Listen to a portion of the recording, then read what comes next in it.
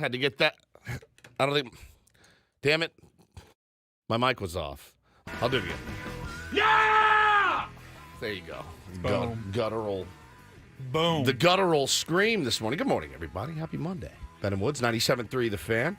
Great to be here with you on what's been a fantastic weekend. I don't think you can deny that.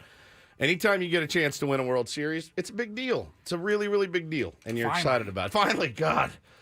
Oh, it's been so long. It's been so long. But we are here live in action this morning, Monday, April 15th. That's tax day. It used to be. I don't know if it still is anymore. It's not. Ben is shaking his head at me. I'm sure he knows exactly when it is. We'll get to him in a second. I'm Woodsy. That's Paul Reindl. He's the executive producer. Good morning, Paulie. Good morning. Benjamin Higgins, your friendly neighborhood sports anchor and knower of all things like when is tax day officially. I would say that's a fair assessment of you. I would call you if I needed you on the weekend to say, when is tax day, Ben? I like when the Padres take 2 of 3 from the Dodgers. Me too. Just want to say that to start. Tax day is April 15th for most of the world, but for San Diego County residents, because of our flooding and rain, even if you weren't affected by it, you don't actually have to have your taxes in until next month. I think it's June 17th is the extended deadline. So no worries today if you live in San Diego County. If you're listening to us somewhere else on our app, maybe or LA, watching on YouTube, maybe LA. Good morning, Dodger fans. I know you're there. Make sure you get those taxes in by the end of the day. Today, midnight is the deadline for the rest of the country. Good morning. Good morning. Los Angeles. Great to talk to you guys. I know you're here. You'll be in the chat soon, making disparaging comments. Listen, it's just a game, buddy. Just a game. It's just a series against the lowly Padres. It's no big deal. You'll be fine. Sometimes little brother comes into your room while you're asleep. He takes his pants off and he gives you a mushroom welt right on the top of your forehead, and then he runs out. That's what happens. Sometimes he does it twice. Do you know what that means, Ben? Do not know what that means, and I don't know that probably we can explain it. Just think about it. You think about it, you get back to me. Once you figure it out, let us know. So, listen. That was awesome. That was an awesome, awesome weekend of baseball. It was so much fun. I loved most of it. Loved most of it. Of course, we will get into all of it. Every bit of it. I want to get as in the weeds and detailed on these games as we possibly can. By the way, it was super petty, which I love. I love the pettiness. So petty from both fan bases, both teams, all, of course, started by Dave Roberts, as usual. His little petty business before the first inning of Game 1 really sparked the team early on Friday, and we can get into all of it. Mike Schilt came right back with some pettiness. It's brilliant. It's brilliant. It's everything. It's everything you could want in a series against your big brother, right? That's what you want.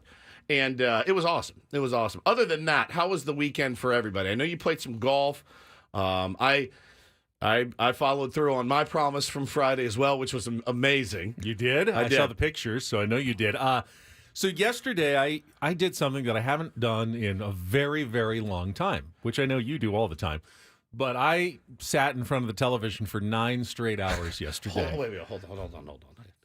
All right, I don't understand the backhanded comment at me. I can't remember the last time I sat in front of the television for 9 hours. You haven't done that in a while? Well, no, you've got kids I've got 2 small children. You go to Channel 10 at what, 2? You're there till 11? You're sitting in front of a TV. I would murder. No, I was off yesterday. No, I know. I actually sat on my own couch and just watched the Masters and then the Padres and did not do anything yesterday, and it was so nice. It was an absolute load yesterday. Just like you. So nice. You can relate. Some days you just feel like you want to be I wanted to get my woods on, I just was a load all day. You want to feel like a worthless piece of ass who accomplishes nothing. Much like yourself. Watching TV. I was jealous. What are you? I never do that. I never do that. I never get a chance to sit and watch. You're always talking about how I watch this, I watch that all the time. When we come in on the weekend, I saw this, and I go like, where do you find the time to watch the shows that you watch? Well, I watch shows after the kids go to bed. Right. But during the day, we had a sitter yesterday. So we were supposed to have an adult league game, Paulie and I. 11 p.m. It was like strike 3, game over, Padres lose, right? On Saturday. And I'm like, well, at least we got the Tier 1 game tomorrow. Bing, text comes through from the commissioner. All 9 a.m. games canceled. I'm like, no. I mean, it was like the last out was recorded, because and I got that rain text. or Because of rain in Escondido. I think it rained all of a tenth of an inch in Escondido. Paulie, you live in Escondido. Was it bad at all?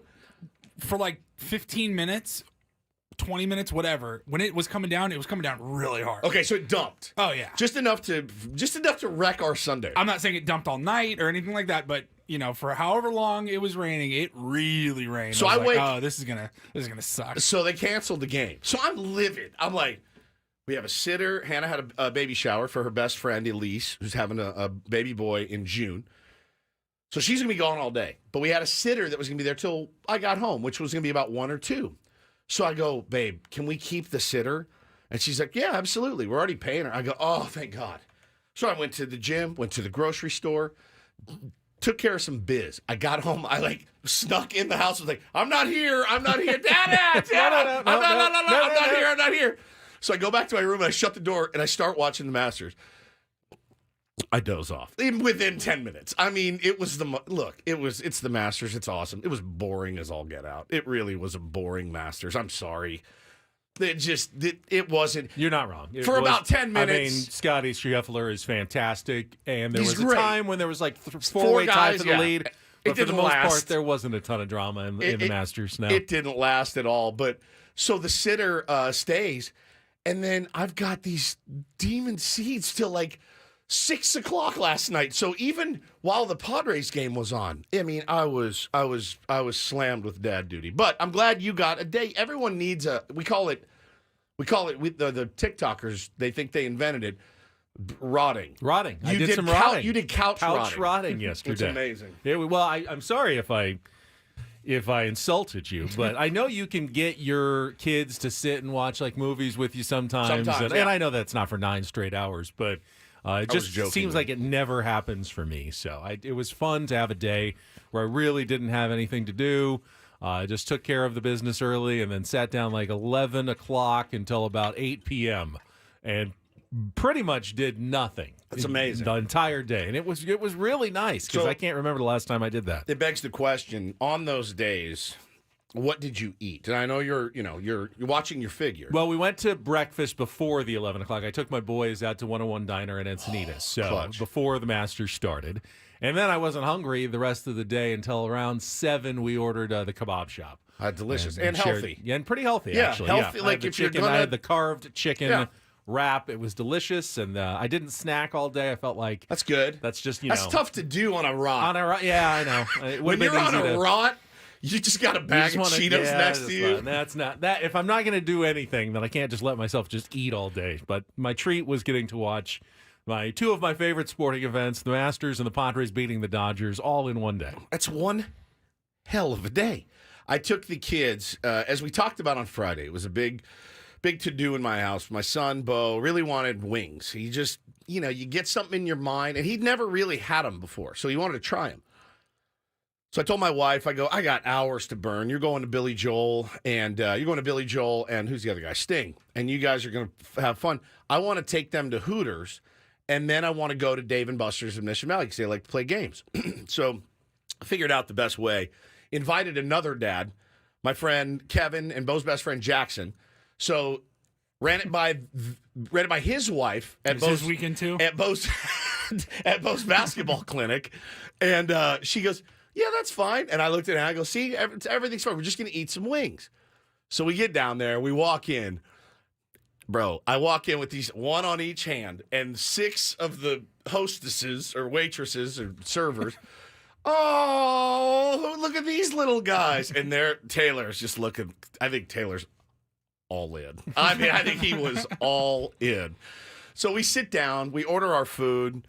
Kevin shows up. Our buddy Sam was in the neighborhood. He stopped by and had some wings with us. It was delicious. They were fantastic. It was everything I remembered about Hooters wings. Crushed it. We had such a good time. Then we loaded up the car. We drove over to Dave & Buster's in Mission Valley. It was basically like somebody gave you meth and you had to walk through.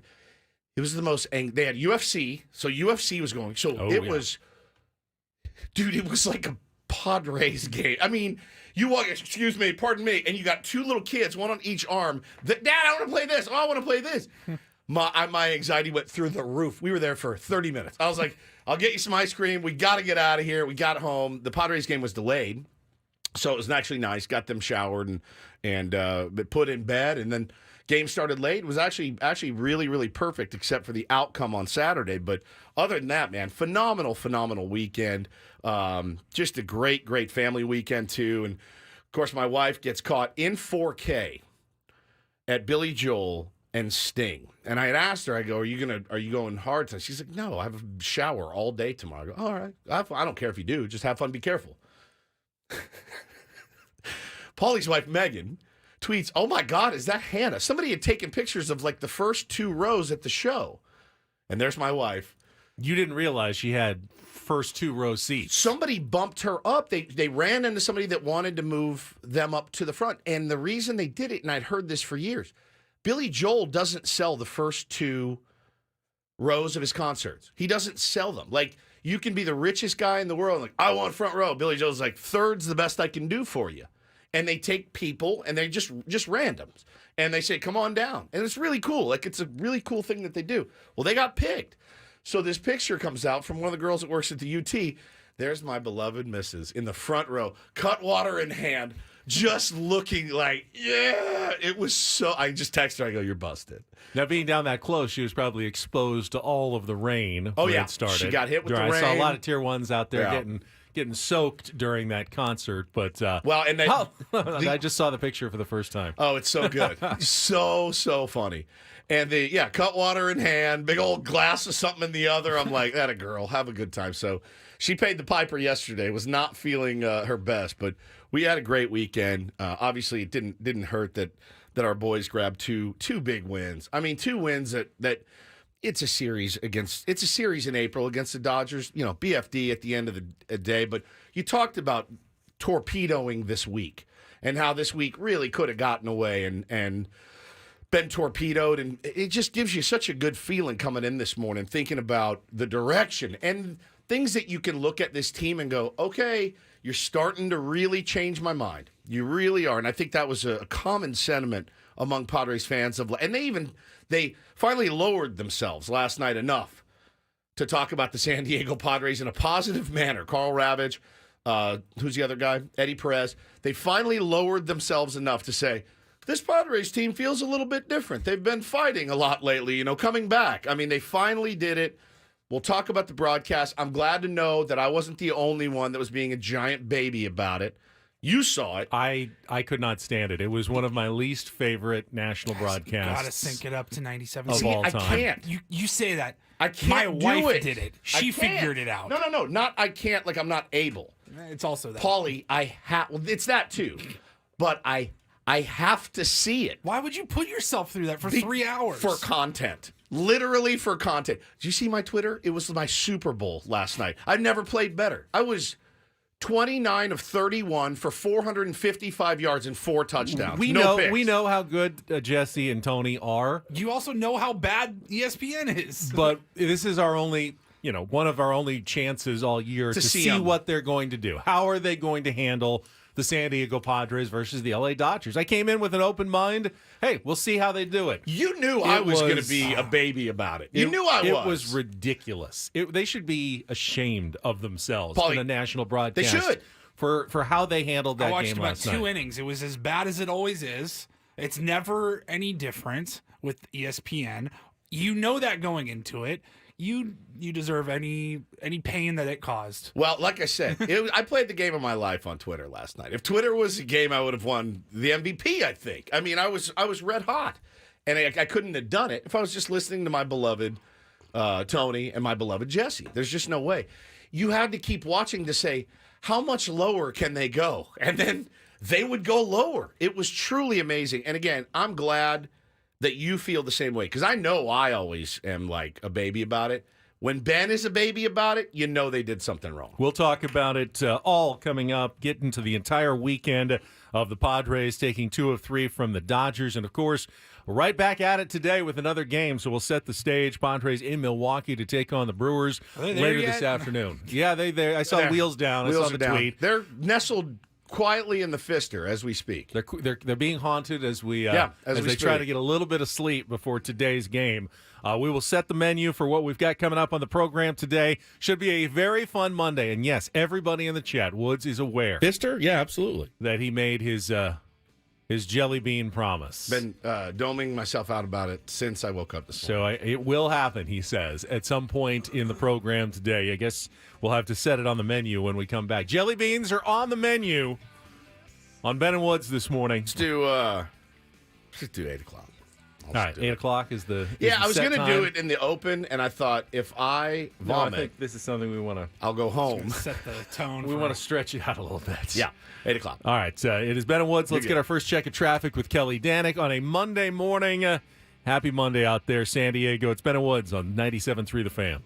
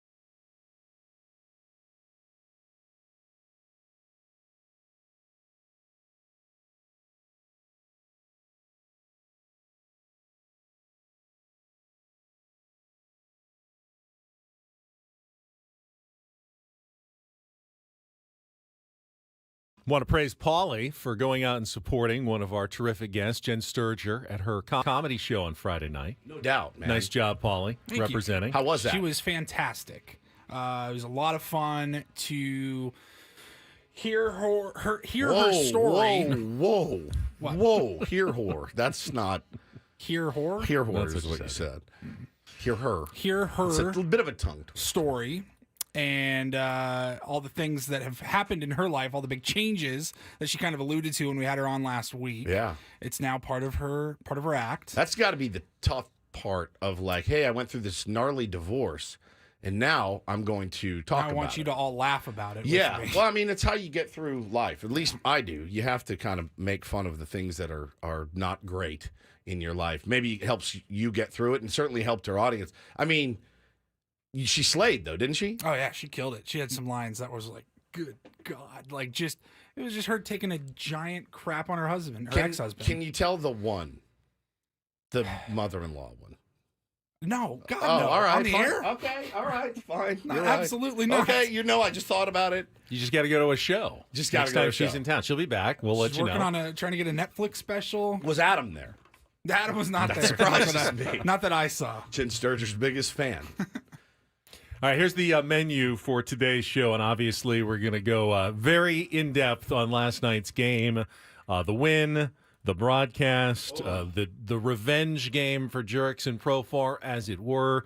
And as much as he will play it off and shrug and smile, because that's what Jurickson does. What a smile he's got. He clearly, that meant a lot to him and his teammates that he was able to come through. And his fan base. And his fan base. One game after the comments that were made by Will Smith, the catcher for the Dodgers, when said it's basically irrelevant, is what he said on Saturday night after he got into a little bit of an argument at home plate and the benches cleared. No punches were thrown, but it was kind of hanging over everybody's minds going into that game. I don't know what his deal was. He thought we were trying to throw at him. I don't know why we would have thrown at him. He's kind of irrelevant, but. Yeah, I don't know. He started mouthing off, and everybody came out. I don't know why he was throwing such a big deal about that. He should save his energy and save his mouth for doing the things that he's good at. Like drinking milk and like flavorless food. I look at Will Smith, great player. The biggest goober vibes I've ever seen. Like the least amount of aura I've ever seen in a player. They both hit back-to-back in that lineup. It's Freddie Freeman and Will Smith. Jurickson admitted I was probably in the wrong did. a little bit. Yeah, he absolutely did. I thought it was over after that. Of course. But Will Smith broke the code. There is a code among ball players. 100%, Benny. And you don't insult them like that. Correct. Unless they started something and insulted you. Jurickson Profar didn't insult anyone. He got a little bit. He did. Jurickson overreacted to a ball that was inside and started jawing. That's an emotional reaction in the heat of a ball game. What Will Smith did after the game was broke the code. You don't say something like that about another ball Don't player. know why we would have thrown at him. He's kind of irrelevant, but. Well, and especially a guy that left fielders. Name out your mouth. That's Will that's a different Will Smith Smith. doing at It's Will Smith on Will Smith. Will crime. Smith on Will Smith. Especially a guy, and Schulte alluded to this in the post game yesterday. That guy's got 10 years in the big leagues. By definition, you can't really be irrelevant with 10 years in the big leagues. Like that is that mark that they all strive to get. And he got it. He got it a couple weeks ago. Even if you're not a star, even if you're never an all-star. Oh, 100%. Just to make it 10 years in the big leagues. Yeah, you it's tired, obviously man. are a professional and have gone about things the right way to stick around that long. Someone sees the value in you. You're not that's irrelevant. Tired. That's so tired by Will Smith. And again, like I said on Twitter last night, this is a rarity for the baseball gods to look down upon the Dodgers and go, you know what? I will now smite you for your big mouth. It rarely happens to them. It happened when DR guaranteed a World Series, smited. And it happened last night to Will Smith. I mean, what a situation. Bases loaded. Jurickson comes to the plate, smited, right? Like it just so rarely happens to them. And it did last night, and it felt good as a Padres fan to see that. So we'll get to our Padres wrap-up, the highlights, and I haven't heard Jesse and Tony's highlights yet. Looking forward to that coming up at 6:35. We'll get into the horribly biased ESPN broadcast. Bro. If you were unfortunate enough to be listening on television, we will certainly discuss that.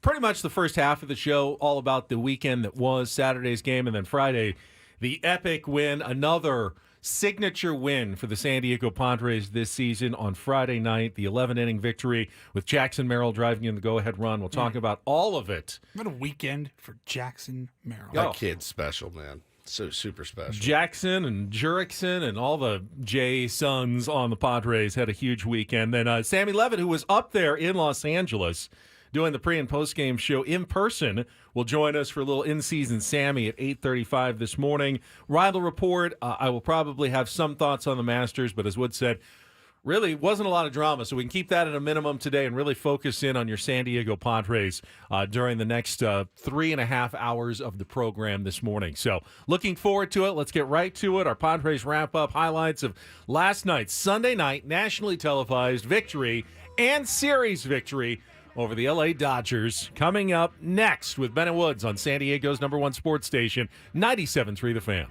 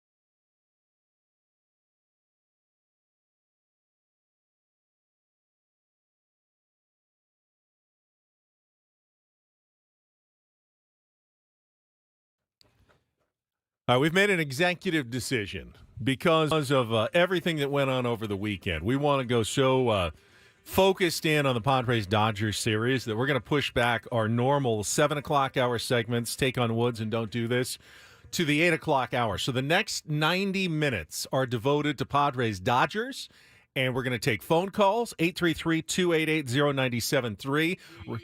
Hear from you. Reacting to anything that you saw this weekend at Dodger Stadium. We'll talk about, first of all, yesterday's game, and the broadcast and everything in our first segment here. But if you want to get online, 833-288-0973. Our Padres Wrap-Up, the highlights of the 6-3 win over the Dodgers, coming up right after this check of traffic on 97.3 The Fan. From the 97.3 The Fan Traffic Center, here's Kelly Danick. Traffic is sponsored by Valvoline Instant Drive-Thru Oil Change, a 15-minute instant drive-thru oil change. The tow truck's on scene of this crash westbound 54 just past Rail Drive. They managed to get everything into the center divide. Bigger problems up ahead, though. You're still going to find the transition ramp to the northbound 805 connector block, all due to a large sinkhole.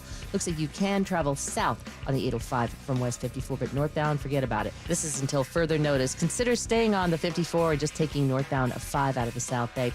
Valvoline Instant Oil Change is your drive-thru oil change. It only takes 15 minutes, and you don't have to get out of your car. With all the rain lately, Valvoline's also offering replacement wiper blades. For directions and discounts, go to SoCalOilChange.com. SoCalOilChange.com. I'm Kelly Danick with Ben & Woods, San Diego's #1 sports station, 97.3 The Fan. Is it extra sweet because this is against the Dodgers? I love winning, man. I love winning. You hear what I'm saying? It's like better than losing. Oh, my God, I'm so stiff. Miss any of the Padres win yesterday? Ben and Woods didn't. What up, crew? We've got you covered with all of the highlights. I like it when the Padres win. Yeah! Yeah! It's the Padres Wrap-Up, presented by Hamul Casino. With thrilling slots and tables and all the best rewards, Hamul Casino has all the fun you're looking for. Hamul Casino, fun above all else. Yeah! Give me a do damage. Do damage! 1-1 pitch, Machado smacks it in the air, deep to left center field. Outman's going back to watch. This one, gonna go! Second of the weekend for Manny Machado.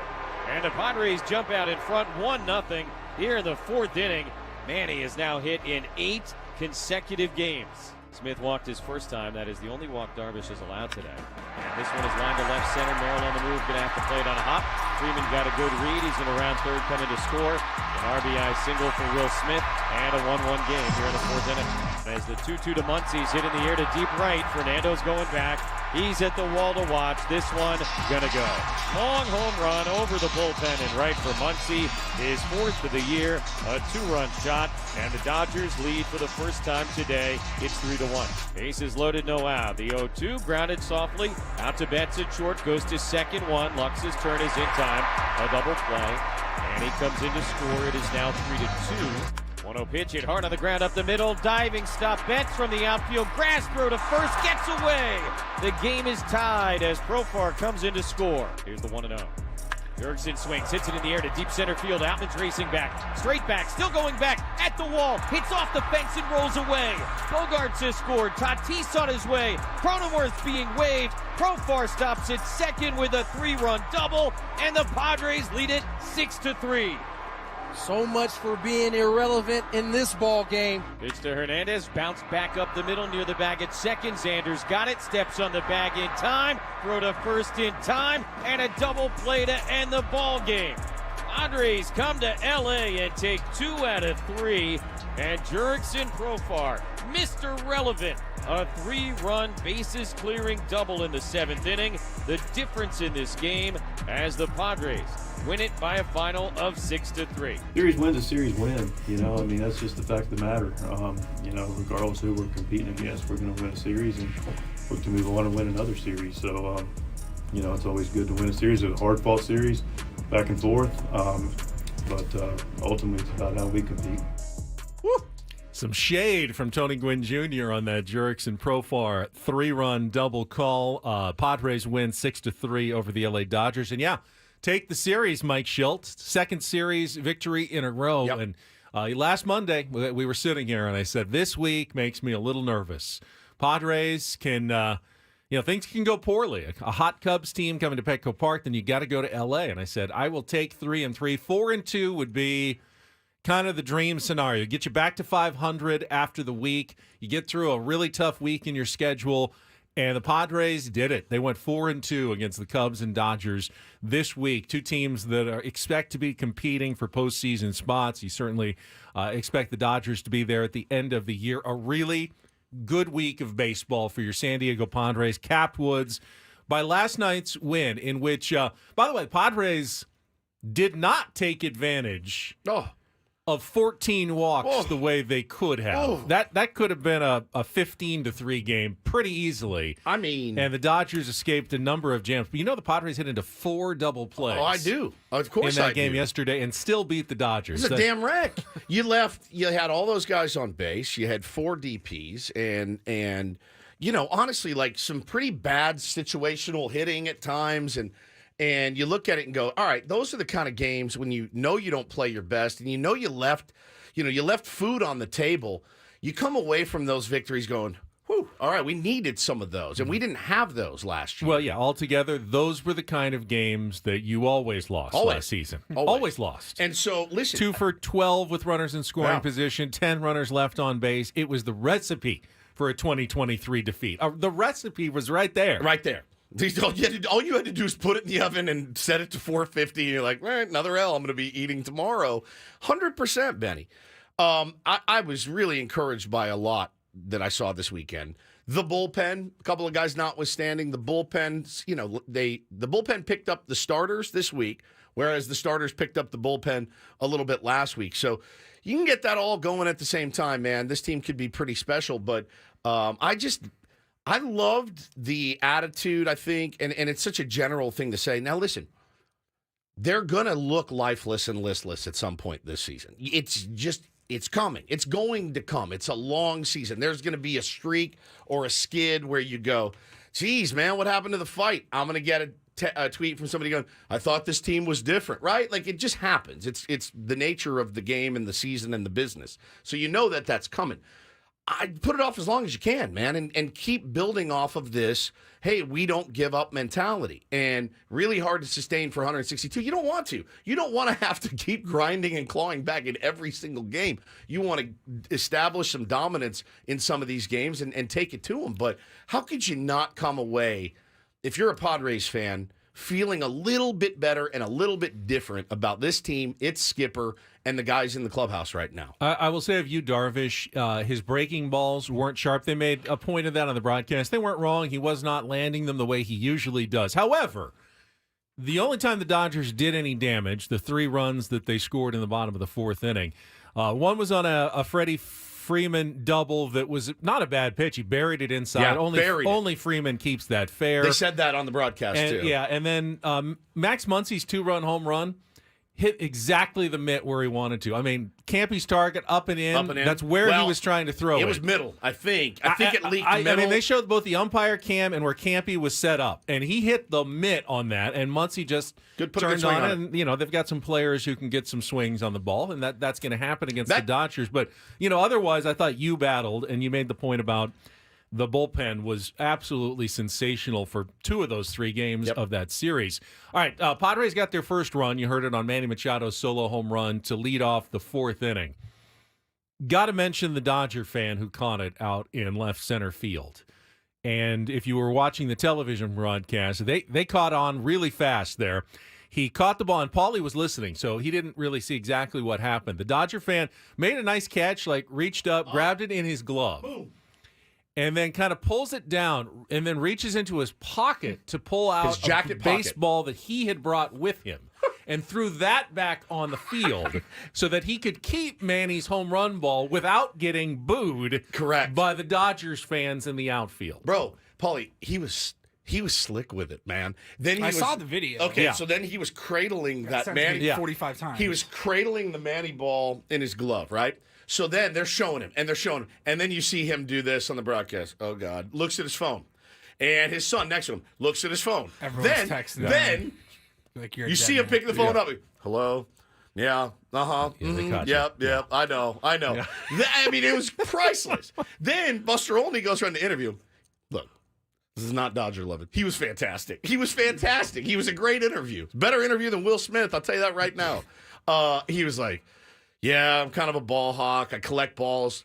My wife gets kind of mad at me. So he must have like season tickets or sit out there regularly. He goes out He for says he's a BP. ball hawk. And there's a bunch of them who sit in the outfield, and then he said, I knew Manny's coming up, and he hits balls out here all the time, so I was ready for it. So be ready with the ball in your pocket. It was so good. But I didn't want to get booed by the bleacher bums out here, and so I wanted to have a ball I could throw back out, but I wanted to keep that ball. It was great. Buster asked her, so you're going to keep it? He goes, yeah, I'm going to keep it. I'll put it on my mantle. This is a great This one. is a Manny home run ball. Right? It was really good. But let's talk about the broadcast for a moment. I knew it was going to be Dodger heavy. It's at Dodger Stadium. The Dodgers are the team that everyone at ESPN and every other network, Ben, picked to run away with the West. They still very well may.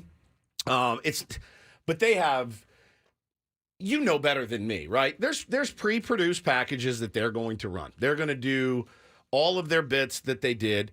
The problem for me really resonated in that they forgot to call game action when the Padres did anything of note, right?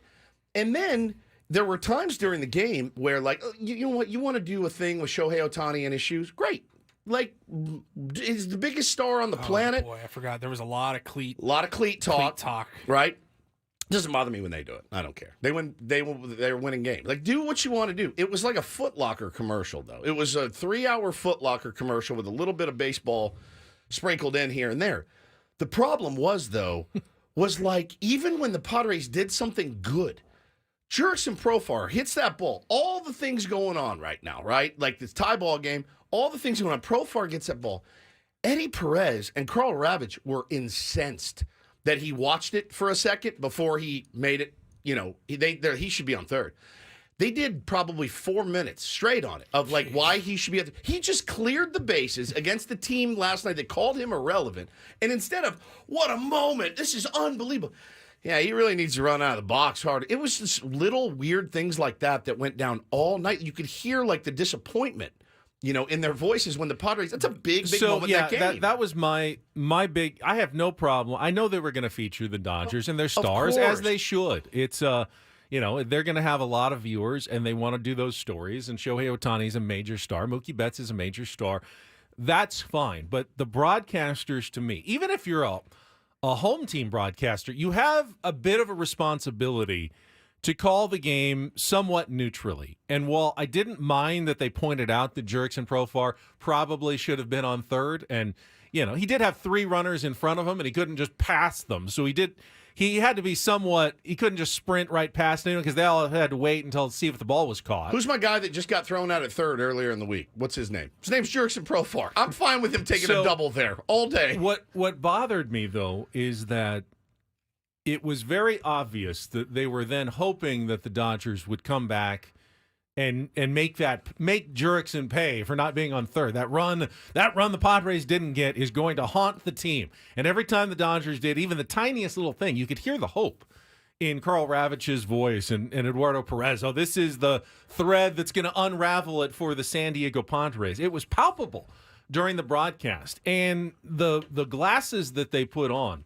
Mookie Betts is a great player, but his error, which scored the tying run, they acted as though was one of the greatest plays in defensively of the season in baseball. They literally, so it was. He made a nice stop. So Bo and I were watching him, and they called it there, and then he gets up and throws it wildly. Freeman with a Hosmer-esque swipe at it, not even close. And you go, oh, great, we just tied the game on that. They didn't even mention that they tied the game. All they did, Paulie, they literally said, oh, my God, just what an athletic play.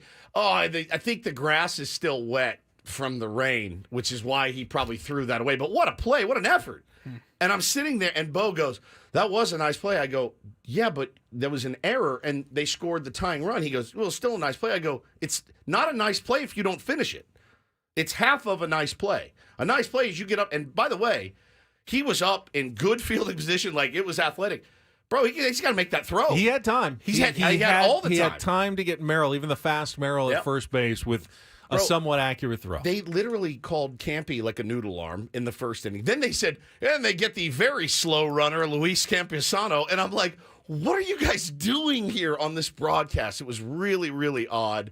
Then they did the Mookie package later on in the show, the animated package with Mookie Betts. Paulie, I'm not kidding you. They basically said, give him enough time, he can win a Masters green jacket. They said there's nothing he can't do. I saw the graphic. You saw the graphic, muted. yeah. And it was just like, you give him a scalpel, he could do open heart surgery probably by the weekend. Like, he doesn't need much time. He's a great player. There's Is this no your first doubt. Sunday night Dodgers-Padres broadcast? It's not, obviously.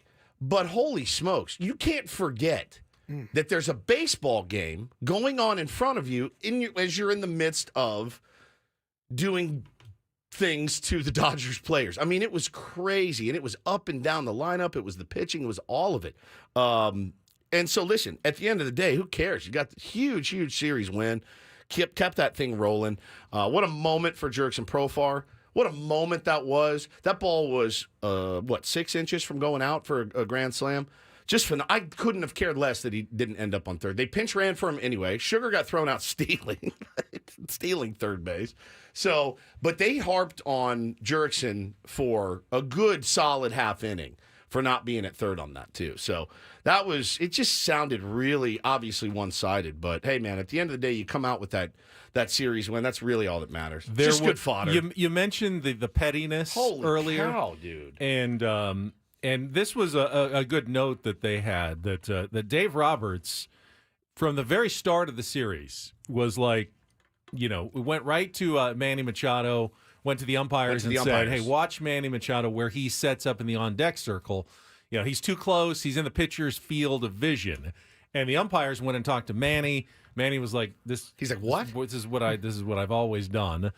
And you could see that it rankled the Padres.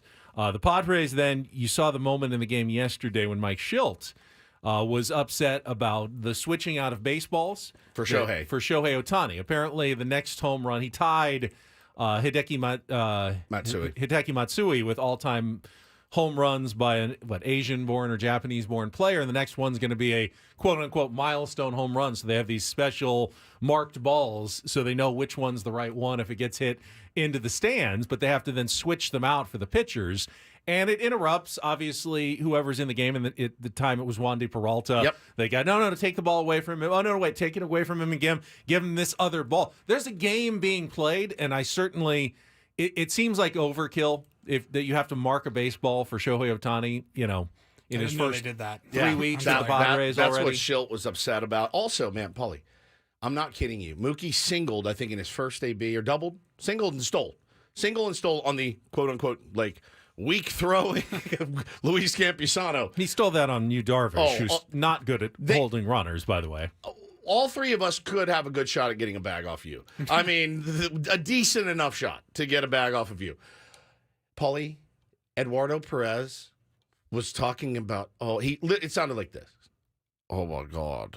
That secondary lead is the rest. Look at Mookie's secondary lead. Oh, my God. That secondary lead. I'm like, you're pouching this guy for his secondary lead. Hit those 4 steps, you jump off and get an athletic. He never takes the pitch off. What? You're joking, dude. Come on. Give me a small breather. David Cohn was the only one that was worth listening. He's the one that threw in the pretty relevant swing there from Jurickson Profar. You could hear Ravitch was devastated by that hit. And look, man, yeah, I'm glad you noticed it, because I knew I was going to be petty. Yeah, to see you thought, petty, oh no, Ben's going to be the voice of reason there. No, correct. It was absurd. It was man. a biased broadcast in favor of the Dodgers, and it was annoying and very satisfying for the Padres. Somebody to get said, that talk win. about the in-game interview with Profar. It was fantastic. And he said, no, I made a mistake on that pitch. I made a mistake there once I realized he was throwing a perfect game. We'll talk about yesterday's game when we come back, and take your phone calls as well. You got some thoughts on what we just discussed from last night's win. 833-288-0973. We're just rolling with Padres talk. First 2 hours this morning on The Fan.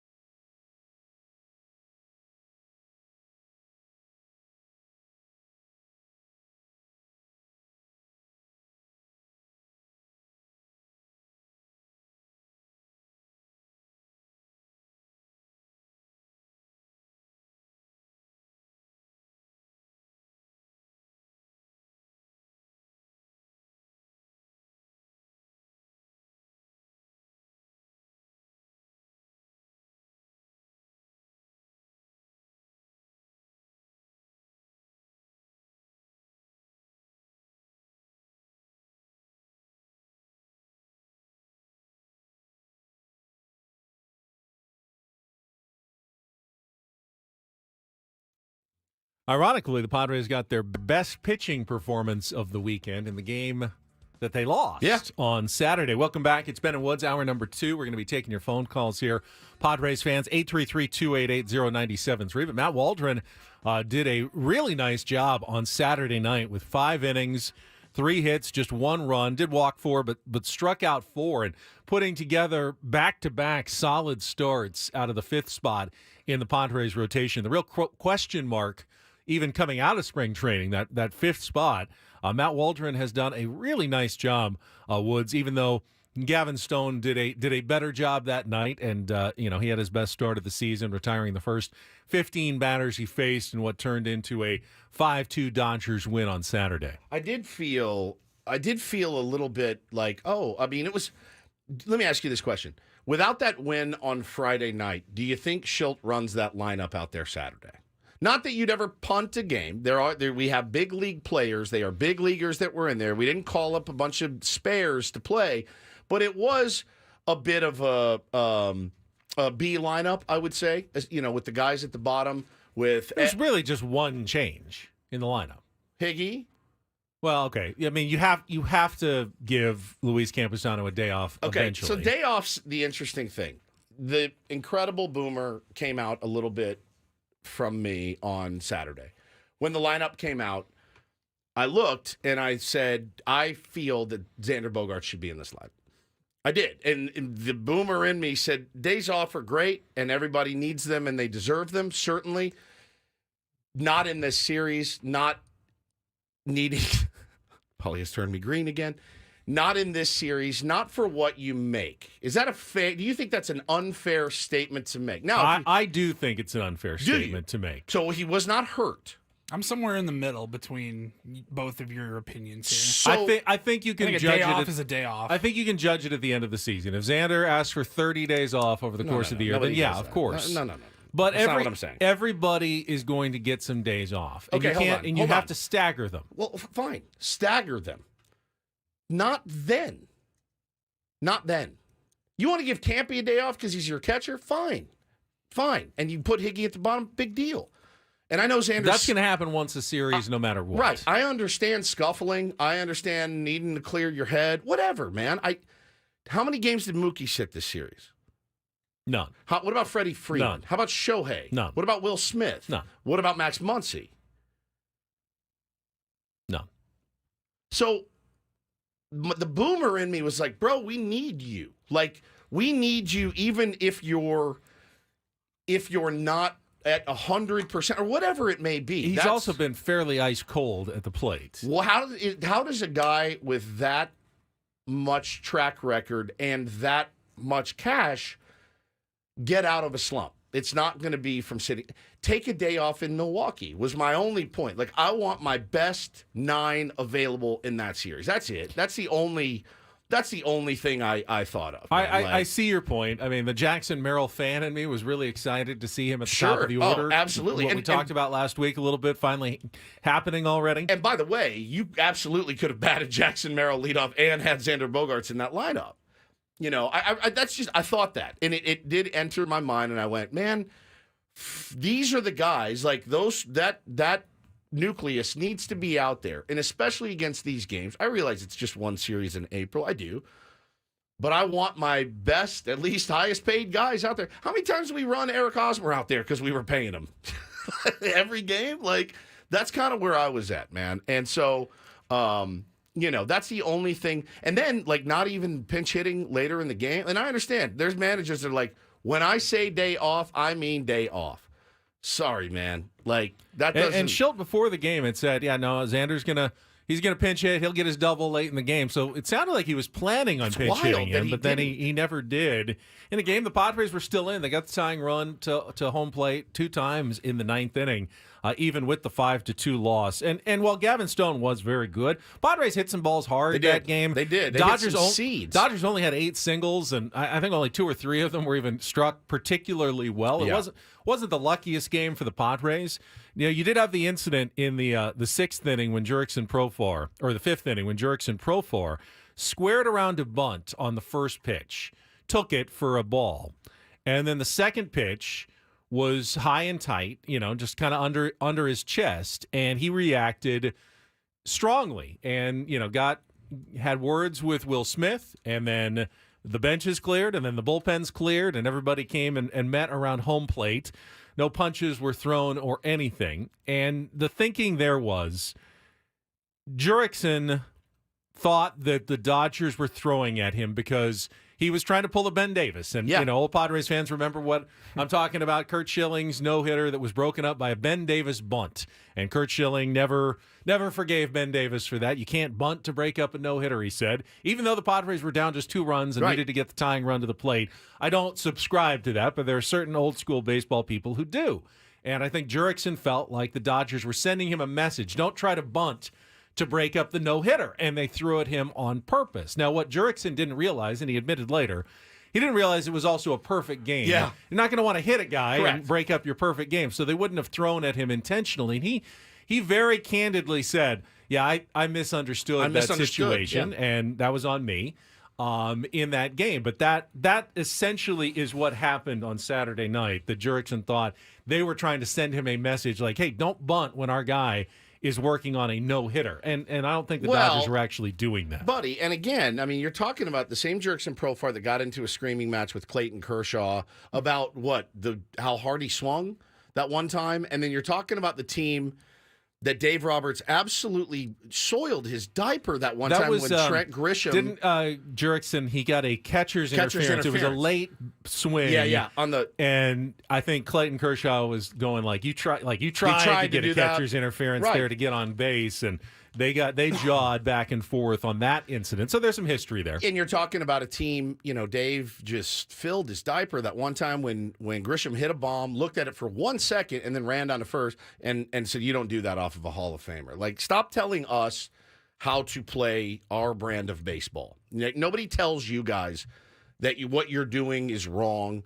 You know, nobody's going to tell you guys that the way that you play is wrong. You know, you're not baseball Jesus. You're not the baseball all time. Like, you know what I'm saying? So there's some history there certainly with these teams, and I love it. I think it's chippy. It's nice to have a guy that at least gets fired up, tries to fire his teammates up as well. Would I like Jurickson Profar playing against him? Absolutely not. Absolutely not. No question. No question. But he's ours. I love it. I think it's great. And, you know, Chippy's always fine. Nobody got hurt. You know, nobody got drilled. Nobody got dotted. Jurickson's been so fantastic. He's been amazing. Early in the season for the Padres. No one could have dreamt this. Seven RBI and 2 swings this past week, a grand slam and a bases-clearing 3-run double. He is leading the Padres, I think, in a lot of offensive extra base hits, second in batting average, leading in OPS. I mean, that was nothing that we ever dreamed of being possible from Jurickson Profar early in the season. I'm only surprised. Padres are only 500. Feels like they're better. They've played better than 500 no question, through the first, 18 games of the season so far. So we're pushing back our regular segments of Take on Woods and Don't Do This so we can talk to Padres fans. All Padres talk here early in the show. Let's go out to the phone lines. 833-288-0973. We got Eric first up this morning with Ben and Woods. Eric, welcome to 97.3 The Fan. Good Monday morning. Hey, good Monday morning. Still recovering from my real or fake loss last week. Oh, it happens. Sorry about that. Happy to talk Padres ball, and I'll be honest, Woods, you and I completely on the same page. You can't rest Bogarts against the Dodgers. Right. Milwaukee. Look, I'm a Braves fan first and foremost. In San Diego, obviously a fan, trying to go to as many games as possible, follow the team, all that good stuff. Against the Phillies, the Braves don't rest Albies or Acuna or Riley or Olsen, right? They're all out there. 100%. Everybody's out there. You beat the Phillies, you beat the Dodgers, right? That's your goal. And then, so I absolutely agree with that. I think it was great. The big thing that I saw from the Padres this series against the Dodgers, which hopefully they can roll into it, is seventh inning or later production. Yeah. I think Tatis, seventh inning, right? I think was his homer to tie it, I think, and then ultimately they won it in extras. Profar's seventh inning at bat, the bases clearing double. You look at a lot of those things, the superstars, the late production against Pens, that's really encouraging. And I think what you're not seeing is the general respect that they probably should get with their superstar level that teams like the Dodgers and the Braves are getting, because I think you mentioned, Dave Roberts telling Trent Grisham last year, whatever, not look at a home run, right? Nobody is telling the Dodgers, no other manager's telling Shohei Ohtani not to do that, or Mookie Betts to do that, or Ronald Acuna or any of those guys.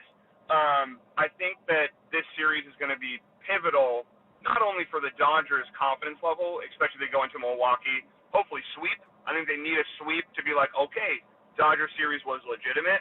A series win is good, but I think if they go in and sweep, I think it's even better. Yeah, sweep's always better, but you, on the road, you take a series win. You take your third straight series win all day long. I mean, all day long. And that's going to be another tough test, man. They're a good baseball team. The late production has been night and day difference from last year. I think the numbers are in the last week. Padres have outscored their opponents 25-4 in the sixth inning and beyond. And all four of those came in the Dodgers' win on Saturday when they scored 3 in the sixth and 1 in the seventh. But the Padres could not find late offense last year. I mean, remember how many times they actually scored, 4 runs in the first inning or two, and then they shut it down last year and ended up losing 5-4 or 6-4 or something like that. The late production has been completely night and day different for the San Diego Padres so far this season. What's the difference? I don't know. I mean, they're certainly showing fight. That's for sure. And maybe it's just a confidence thing. You get a couple of early season successful at-bats late in the game, and all of a sudden you feel like, all right, we're going to do this again, and it just feeds on itself, just like it fed on itself negatively last year. You didn't come through a few times early in the season, and then it was like, here we go again, here we go again. Now it's here we go again, here we go again. It's the opposite feeling of last year. No question. And we said, in the offseason, man, we need some of these early. We got to kind of set the tone a little bit. And you think back to the games the Padres have lost, and you go, oh, man, like, could have gotten that one, should have gotten that one, should have gotten that one. And that's fine. I mean, some of those games you're going to fritter some games away throughout the course of a season. But there's a couple of games that I've seen early. I'd say 3 games at least. We had no business winning last year, and we didn't win them last year. 2 of them in the last week. I mean, the Cubs Monday night game and then Friday night's win. We haven't gotten into Friday night yet, bro. This is maybe the most nervous I've ever been for extra innings in my entire life. The fact that we came away, one of my favorite Padres regular season wins, no question, that I've ever seen. No question. We'll get to that in a second, but look who's calling in here. He was at Augusta National in the middle of last week. I saw him at Goat Hill Park on Saturday. We got Matty G. Matt Janella calling in. What about that weekend, Matty? Oh my gosh, guys. So much to talk about. I wasn't prepared to pivot to golf. I'm all in on this. Oh yeah, you can just talk. Yeah, you can just talk Padres. I just happened to mention that he was there. Ben was trying to sneak in sneakily a golf. No. We're talking Padres with Matt. We're talking Padres this morning. You guys got me so fired up. I want to run through a wall right now. That broadcast was ridiculous. The love on Mookie Betts was just absolutely horrific and frustrating, and I couldn't comprehend it. And the Profar coming through. I mean, and this team just punches back. I said last year we had talent. This year we have chemistry. This team punches back like we wanted them to punch back all last year, and they didn't do it until September. This is so much fun. It's a blast. It really is. I mean, it is so much fun to watch and knowing, like, hey, if we get down 3-1, no problem. Like, they're going to string something together. I mean, and the way that they're scrapping together and manufacturing some runs. Again, they tried last night. Another freaking sacrifice bunt, which, by the way, I need to add a caveat. Tyler Wade wants to bunt. Tyler Wade can bunt. That's it. But anybody else laying on it didn't work. Again, it didn't work. Yeah, move him over. For what? For what? Why are we giving away outs? You know me, Matt. I'm not the biggest intangibles guy. I'm put up the numbers. You're going to win baseball games, but there certainly seems to be something different about Mike Schilt as manager of this team versus Bob Melvin. Bob Melvin, when things were going well, right, in 2022, he had a good light touch, like, hey, we're just going to let this roll. Good, players are fine. I don't need to do anything. When things went bad, though, he had no answers. None. He had no answers at all. And Mike Schilt does, Matty, seem to have some answers this year. Mike Schilt has a pulse. He's got a fire. He's got something to say in a way that makes you feel something. I mean, Bob Melvin is an incredibly sweet, kind guy and obviously knows the game of baseball, and I wish him nothing but the best. But thank goodness he's out of that dugout and not on our team anymore. Good God. He's working. He's these guys are playing on behalf of him. I just thought Bob Melvin was like a man wrapped in cellophane. Like you couldn't see him, you couldn't hear him, you couldn't feel him. It was nothing. This team he's a better fit for what's going on with this team. This is something I haven't seen in a while out of the Padres in a season that's going to be 162 games in which this, I like you said, Ben, I can't believe we're only 500. This feels like we're 8 games above 500 right now, the way it's going, and the energy and the momentum and Waldron and Matsui and the stuff that's happening. This is building. This is fun. I like where the direction is, certainly. I do. And I one thing about Schilt I've noticed, man, is like, and some people will say, I think the cynics will say, oh, he's making excuses. He's wearing, the dude wears it for his players. And even if they have a bad night, well, at least he gave us some. He's very Ben of him. You know what I mean? He's got a little Ben in him, but he's also got a little Woods in him too. He's ready, I know he's ready got to the go best of both of you. That's right. Best of both of you. And he'll go out and defend a poor outing. And like even the Hassan Kim boot he had last week, he's like, well, it came off hot and the seam just kind of got caught. And it's like, bro, he booted a ball. Like, it's okay, it's going to happen. But there's something in him where his players got to appreciate that he's got their back and he's going to put them in a good situation the next time. And he believes in them. I think that's what is the most telling thing is he really believes in the guys that he has. Maybe to a fault sometimes. Matt, I appreciate you getting up and giving us a call this morning. Thank you so much. Guys, I appreciate you. Keep up the great work, and let's go Padres. So you brought up the 9-9 record. I got a stat for you that I want to share when we come back. Something the Padres still need to accomplish here in 2024. We'll get to that. More of your phone calls, 833-288-0973, and we will talk about what was probably the signature win of the weekend. That would be Friday night's game, the come-from-behind extra inning victory. The extra inning victories that did not happen in 2023. How about this? The Jackson Merrill game? I think that's fair. I think that's fair to call it the Jackson Merrill game. We'll get to all of that coming up after a check of traffic. Do not go away. You are listening to This is Jackson Merrill, home of the Padres and the home of Jackson Merrill.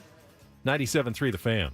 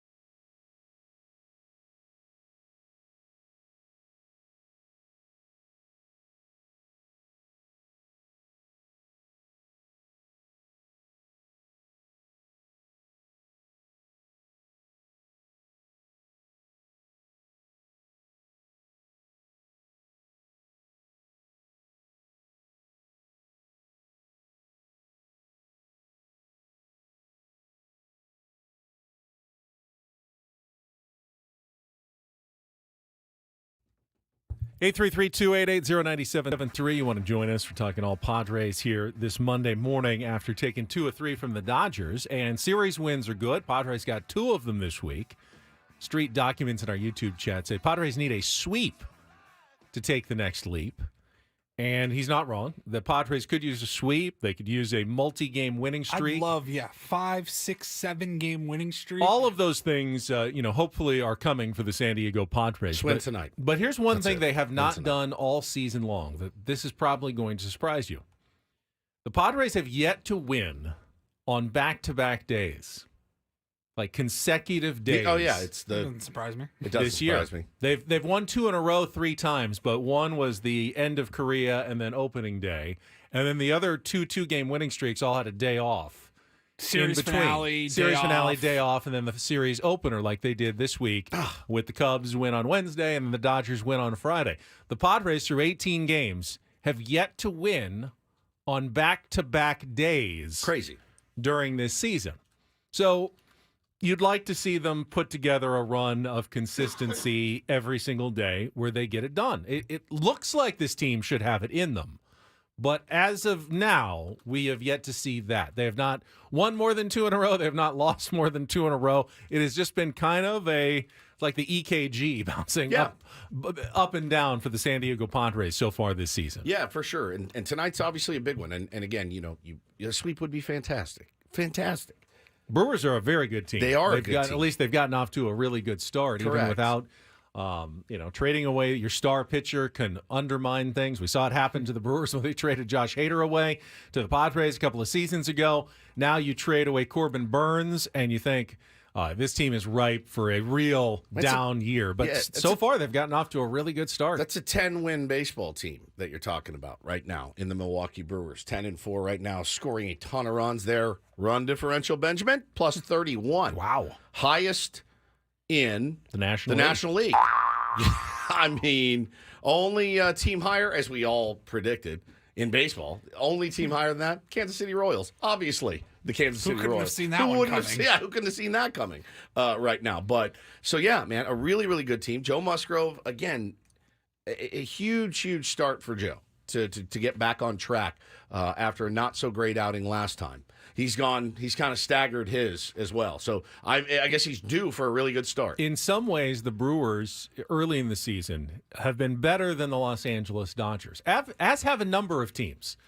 And that's not to say the Dodgers won't get their wins and be there at the end of the year. The top of their lineup is incredibly formidable, and they've all been pretty hot to start the year as well.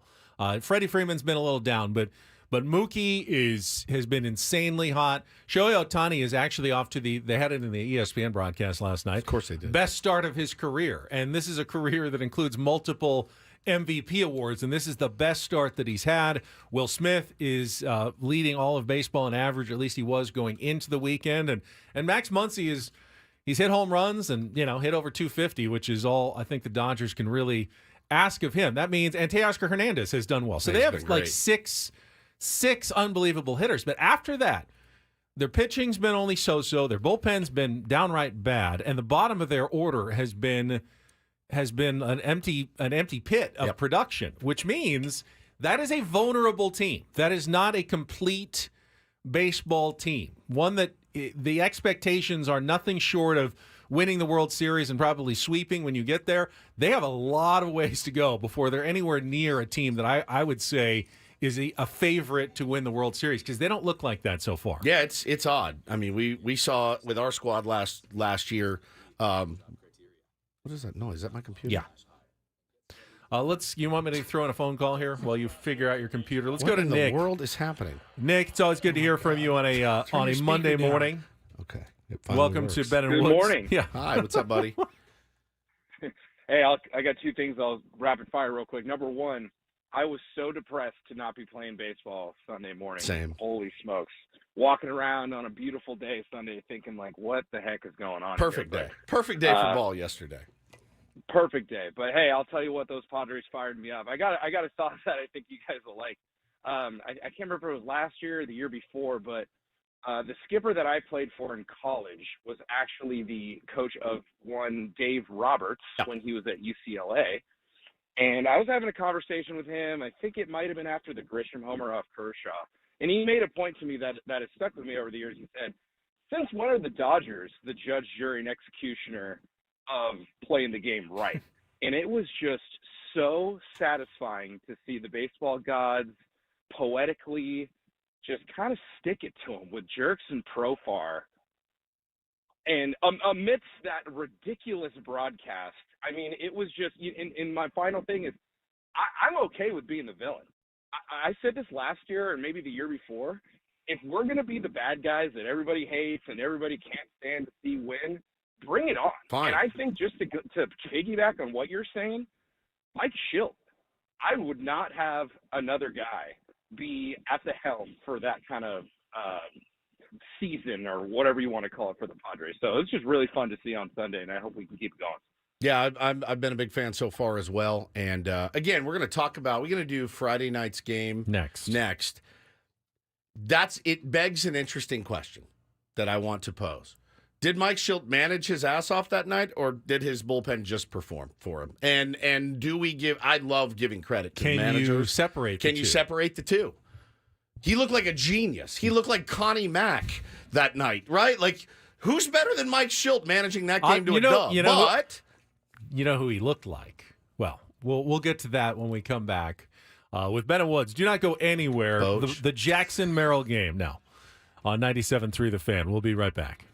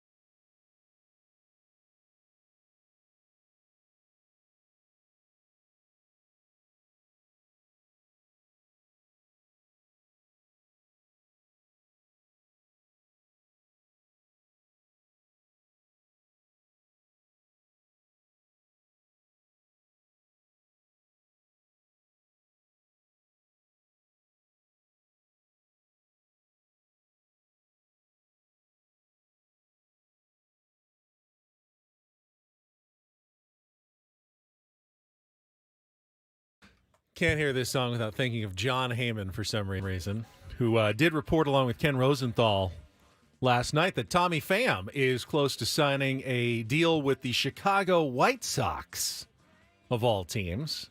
I think the White Sox are off to like a 2-13 start this year. I think the worst offense in baseball potentially belongs to the Chicago White Sox. They have had so already. Moncada's out. They've got 3 or 4 guys that are out and out for extended periods of time. If you're Tommy, you need a job. You want to go play baseball professionally. And I guess what they are 2-13 right now with a -51 run differential, Ben. 2-13. Tommy's just going to show up and start murdering people. Dude, 100%. He's going to be like, this is unacceptable. But so if you're Tommy, you sign this deal to go get flipped at the deadline. Straight up. That's it. You need a job in the big leagues to show what you can do. And they're going to sign him to a minor league deal. So a lot of people saying, why didn't we do that? So the reason they signed him to a minor league deal is, from my understanding, if they had signed him to a major league deal, he needs to be added and not in the lineup, but he's got work to do. He's got to get some live AB. So you sign him to a minor league deal. You don't have to pass him through waivers and all that stuff. So he's going to be, I would imagine he's a White Sox in uniform by the end of the week. Padres still need a bat, but you're not taking Jurickson Profar out of the lineup. That's for sure. He's too hot to even think about that right now. But you could take Tyler Wade out of the lineup. You could. You need a bat. A bat at some point when Manny's back. It looks like it's close, right? Like this week, maybe. Yeah, he did more throwing back-to-back days, I think. Now, Mike Schilt did say, even when Manny comes back, it's probably going to be kind of a day on, DH day, 2 days on, DH day situation for at least a while. Which is more than fine. Like, again. So you still need someone who can play third base. I mean, you've got Eggy and you've got Wade, but if you sign someone else, you're going to have to drop one of those guys likely as well. The only thing I can think of, because who's left? Brandon Belt, right? Brandon Belt then plays first. Crony slides to second. Kim goes to third on days when Manny's DHing. That could work. And you'd hate to take Jake Cronenworth off of first. How great he's playing. He's playing well, but that makes more sense to me than Tommy Pham would. Just DHing, and you can't play Tommy at first or third. No. He's an outfielder, and you don't want to take Jurickson and his switch hitting, devastating bat out of the lineup. So Brandon Belt makes the most sense. The question is, can you get his price tag somewhere that keeps you under the luxury tax? Yeah, you need to upgrade this bench. You have to upgrade this bench at this point and make yourself a little bit more formidable, Ben, in that lineup, because you saw that lineup roll out there on Saturday when Xander had a day off. And, the bottom three, it's tough, So I applaud all those guys. But you got bench players that are getting everyday starts. And I think, Crony would do it and be fine and more comfortable there. And he'd go wherever they tell him to go. Wait, what happens to Xander, though? Xander goes to short? Xander could go to short. And Kim goes third. to Everyone third. just bumps around the diamond one. Yeah, it's not ideal. It's not ideal, but you could do it. If you had to go every other day with Manny playing the field, you could do that. All right, well, we'll continue to think about that, but we're going to check traffic when we come back. Paulie, can you call up a couple of the highlights from Friday night? I want to hear. Way ahead of you, my friend. All right, thank you. That's coming up next here after Kelly's Traffic on 97.3 The Fan. From the 97.3 The Fan Traffic Center, here's Kelly Danick. Westbound 54, you're still going to find that traffic advisory all due to that closure at the North 805 connector ramp. That's due to a large sinkhole. So you can go on the South 805 from the West 54, but northbound lanes still blocked. West 54 to the northbound 805. Might want to just continue on that 54 to the northbound 5 to get out of the South 8. Cordell and Cordell traffic cam now sees a crash on eastbound 54 at Rayo Drive. That is over to the right shoulder. Northbound 805 just before Nobel. There is a stalled transit bus in the slow lane. Still clearing a crash on northbound 125 just past Otay Mesa. I'm Kelly Danick with Ben and Woods, San Diego's #1 sports station, 97.3 The Fan. Hi, this is Jackson Merrill. 1-1 to Otani, hit hard in the air to left center. Merrill long run in the gap, fading away from him, and he dives on the warning track to make the catch and end the inning. Wonderful play in the left center gap for Jackson Merrill to end the second. Hernandez swings, sends it in the air, center field not deep. Merrill charging in, he gets there. He makes the catch, and we go to the 11th at Dodger Stadium, a 7-7 game. The left-hander set and ready, a look back And Zokar, now the pitch, and Merrill swings, hits it hard through the left side and a base hit. Zokar's rounding third. He's going to come in and score. And with 2 strikes, Jackson Merrill, an opposite field single to put the Padres in front. It's 8-7 in the 11th. Rumble, young man, rumble. Jackson Merrill coming through on Friday night as the Padres rally and win it in 11 innings, 8-7. But of course, wouldn't have even been possible if they had not held the Dodgers down multiple times throughout that game on Friday. And you asked the question, was the bullpen just that good, or was it Mike Schilt who was pulling off the absolute managerial job of the season so far in just dancing around the Dodgers lineup and using his relief pitchers to maximum effectiveness?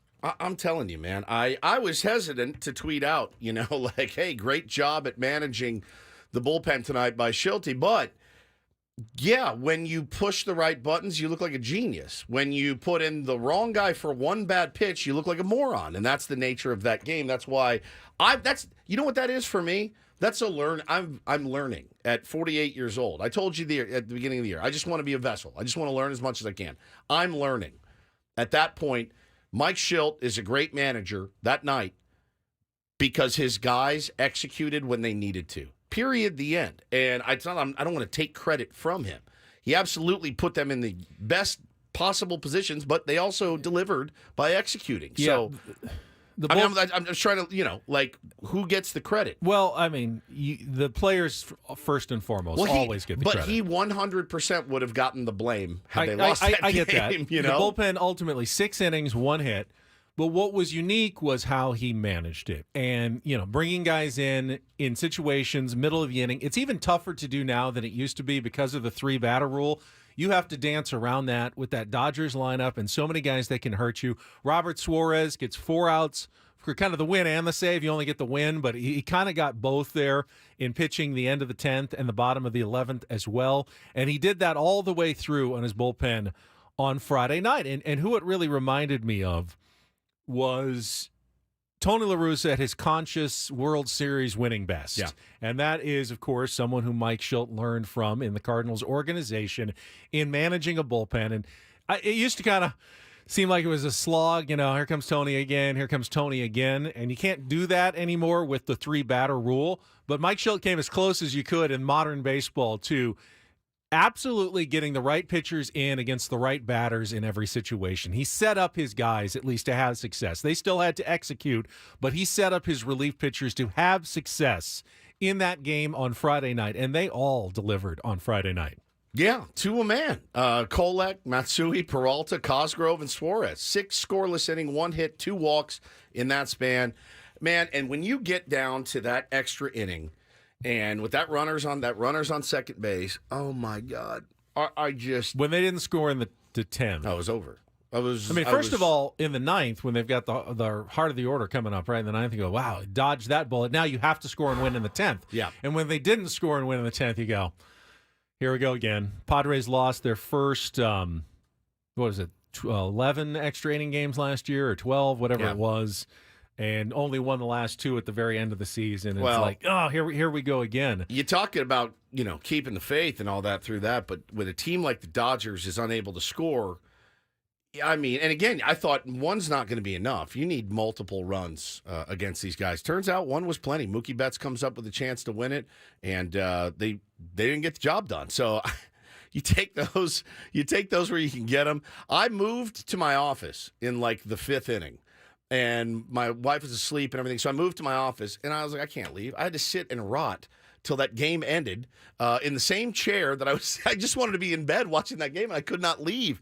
And, boy, they got it done, and that was exciting. That was as exciting as it got. And the battle back, again, Jay Cronenworth home run, might seem meaningless at that time, but it just wakes the offense up a little bit. Next thing you know, tie ball game. Fernando Tatis Jr., the absolute owner of Dodger Stadium. Yet. Barely talked about Fernando and that massive, massive dong that he hit was just elite. It was so fun. Superstar. A star moment for a star player. That's it. It was just unbelievable. Been saying it all year. That's exactly what's got to happen. Your stars got to be stars. And Mike Schill called him the next day. He said he's a stone cold killer.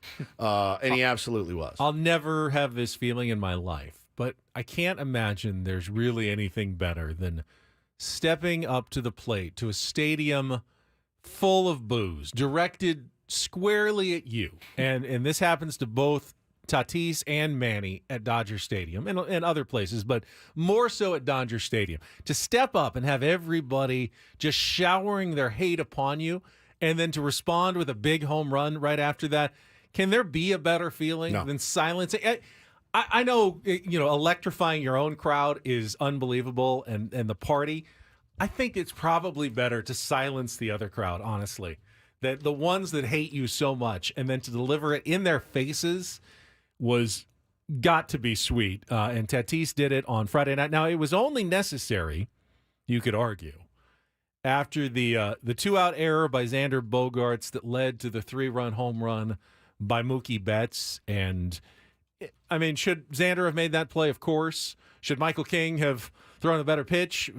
In multiple situations, he got hurt by just about everybody in that lineup. Ohtani, Betts, Muncy, Hernandez, all homered off Michael King in that game. Yeah, what's your concern level with Michael King, or do you just chalk it up to, hey, let's see how you do, against the lineup? The guys had to run into the Dodgers a couple of times. Yeah, I mean, he wasn't great, but they're also very, very good. I don't know. I'm reserving judgment at this point on Michael King. There's got a fantastic start the outing before. Fantastic. 100%. And there's a lot to like about Michael King. That lineup is nasty, and when you leave pitches down the middle, those guys will punish you, and they did. Congrats to the Padres for not only winning that game, but picking up their teammates. They have done a good job at picking up guys that have kind of let them down a little bit so far this season. So very, very cool. Very, very cool win on Friday. A nail-biter in April. I mean, a total nail-biter in April. I loved it. So the Padres, we thought, strength-wise, up-the-middle defense was going to be strong. Ha-Seong Kim has obviously gotten off to a tough start defensively. Xander made that error at second base. I knew there'd be an adjustment period for Xander. The Padres, though, have been hurt. They've allowed more unearned runs than any team in baseball. Yeah, that's got to stop. Yet they have more outs above average. So in some ways, they're the best defense in baseball, and in other ways, they've been the worst defense in baseball because ultimately the point of the game is to prevent runs. And if your errors are allowing more runs than anybody else's errors, you're playing the worst defense of all. Yeah. However, if you're also getting more outs and making better plays than the other team, they have the potential to be so much better. The surprise, of course, has been Jackson Merrill. And Paulie played the highlight of the catch that he made, probably his best play so far in center field. For sure. Of robbing Ohtani of extra bases there on Friday night. Ohtani hit hard in the air to left center. Merrill long run in the gap, fading away from him, and he dives on the warning track to make the catch and end the inning. Wonderful play in the left center gap for Jackson Merrill to end the second. The 0-2 hit off of Vesia. I mean, bro, that's such a big league AB. That's such a big league AB in that situation to drive in that go-ahead run.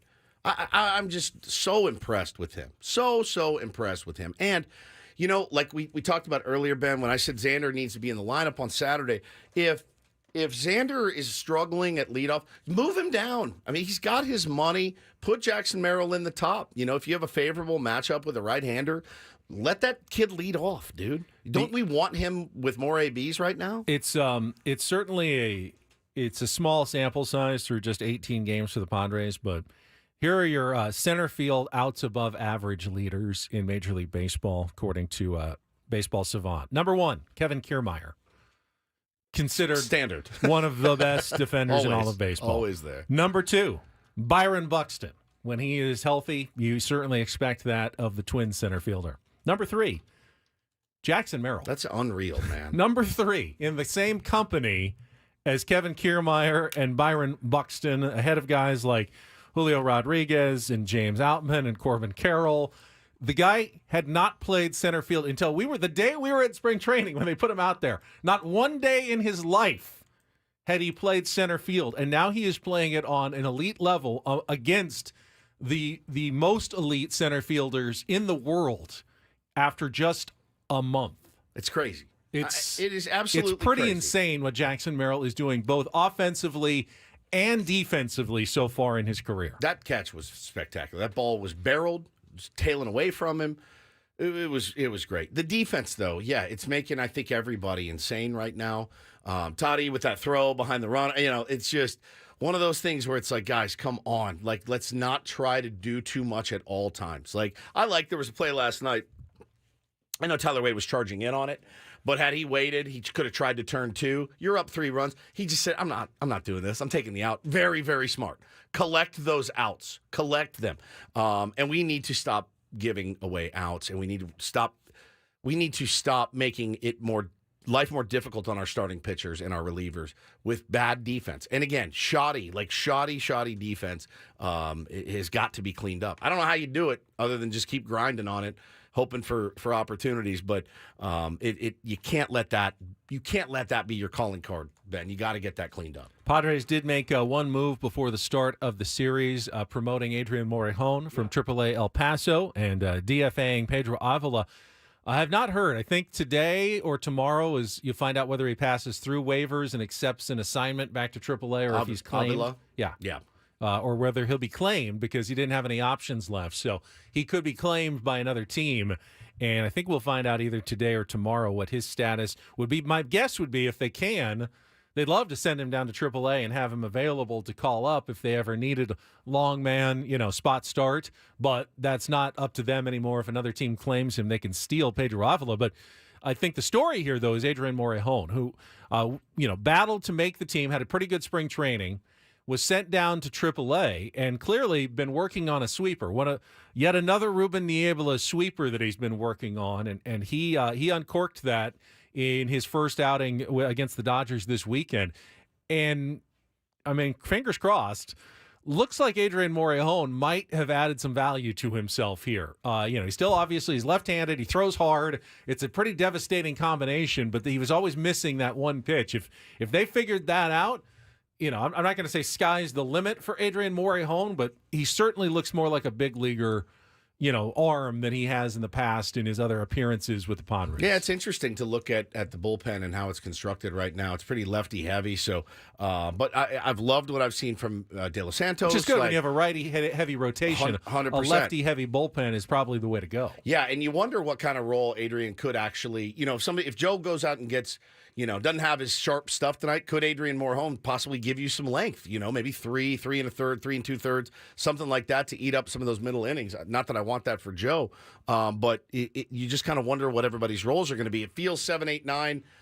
We've got that locked down. Like we've got, De Los Santos, Matsui, Suarez, obviously, and Wandy Peralta. Those guys look pretty good. Speaking of eating up things, Woods made an off-the-cuff promise on Friday when it came to the Padres winning the series. And he's going to pay that off. When we come back with Ben and Woods on 97.3 The Fan.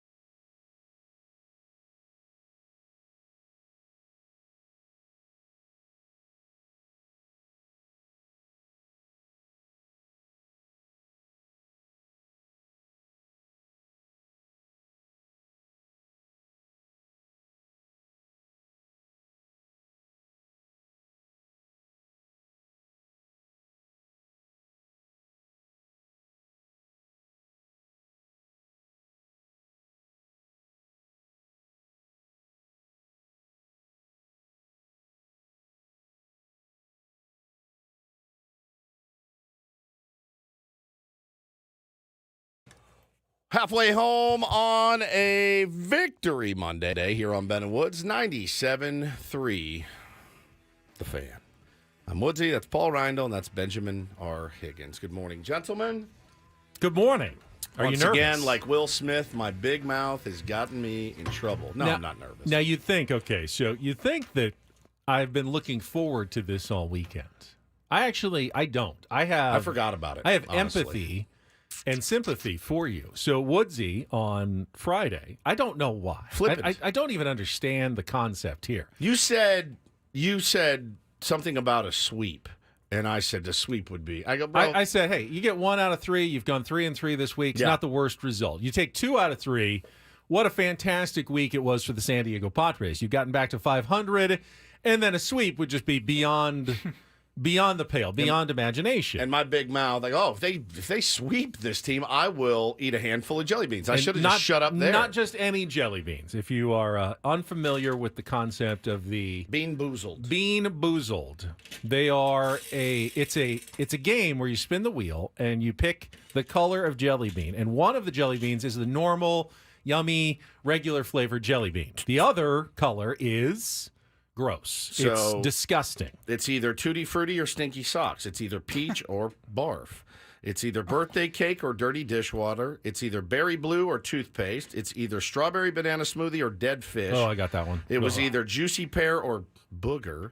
It was either buttered popcorn or rotten egg, toasted marshmallow stink bug, pomegranate, old bandage, cappuccino, or liver and onions. So this is when nasty. you brought this out, and this was your kids, and you brought it to us, Yeah. I was under the mistaken impression that they're not going to torture children. It's going to be mildly, uncomfortably gross.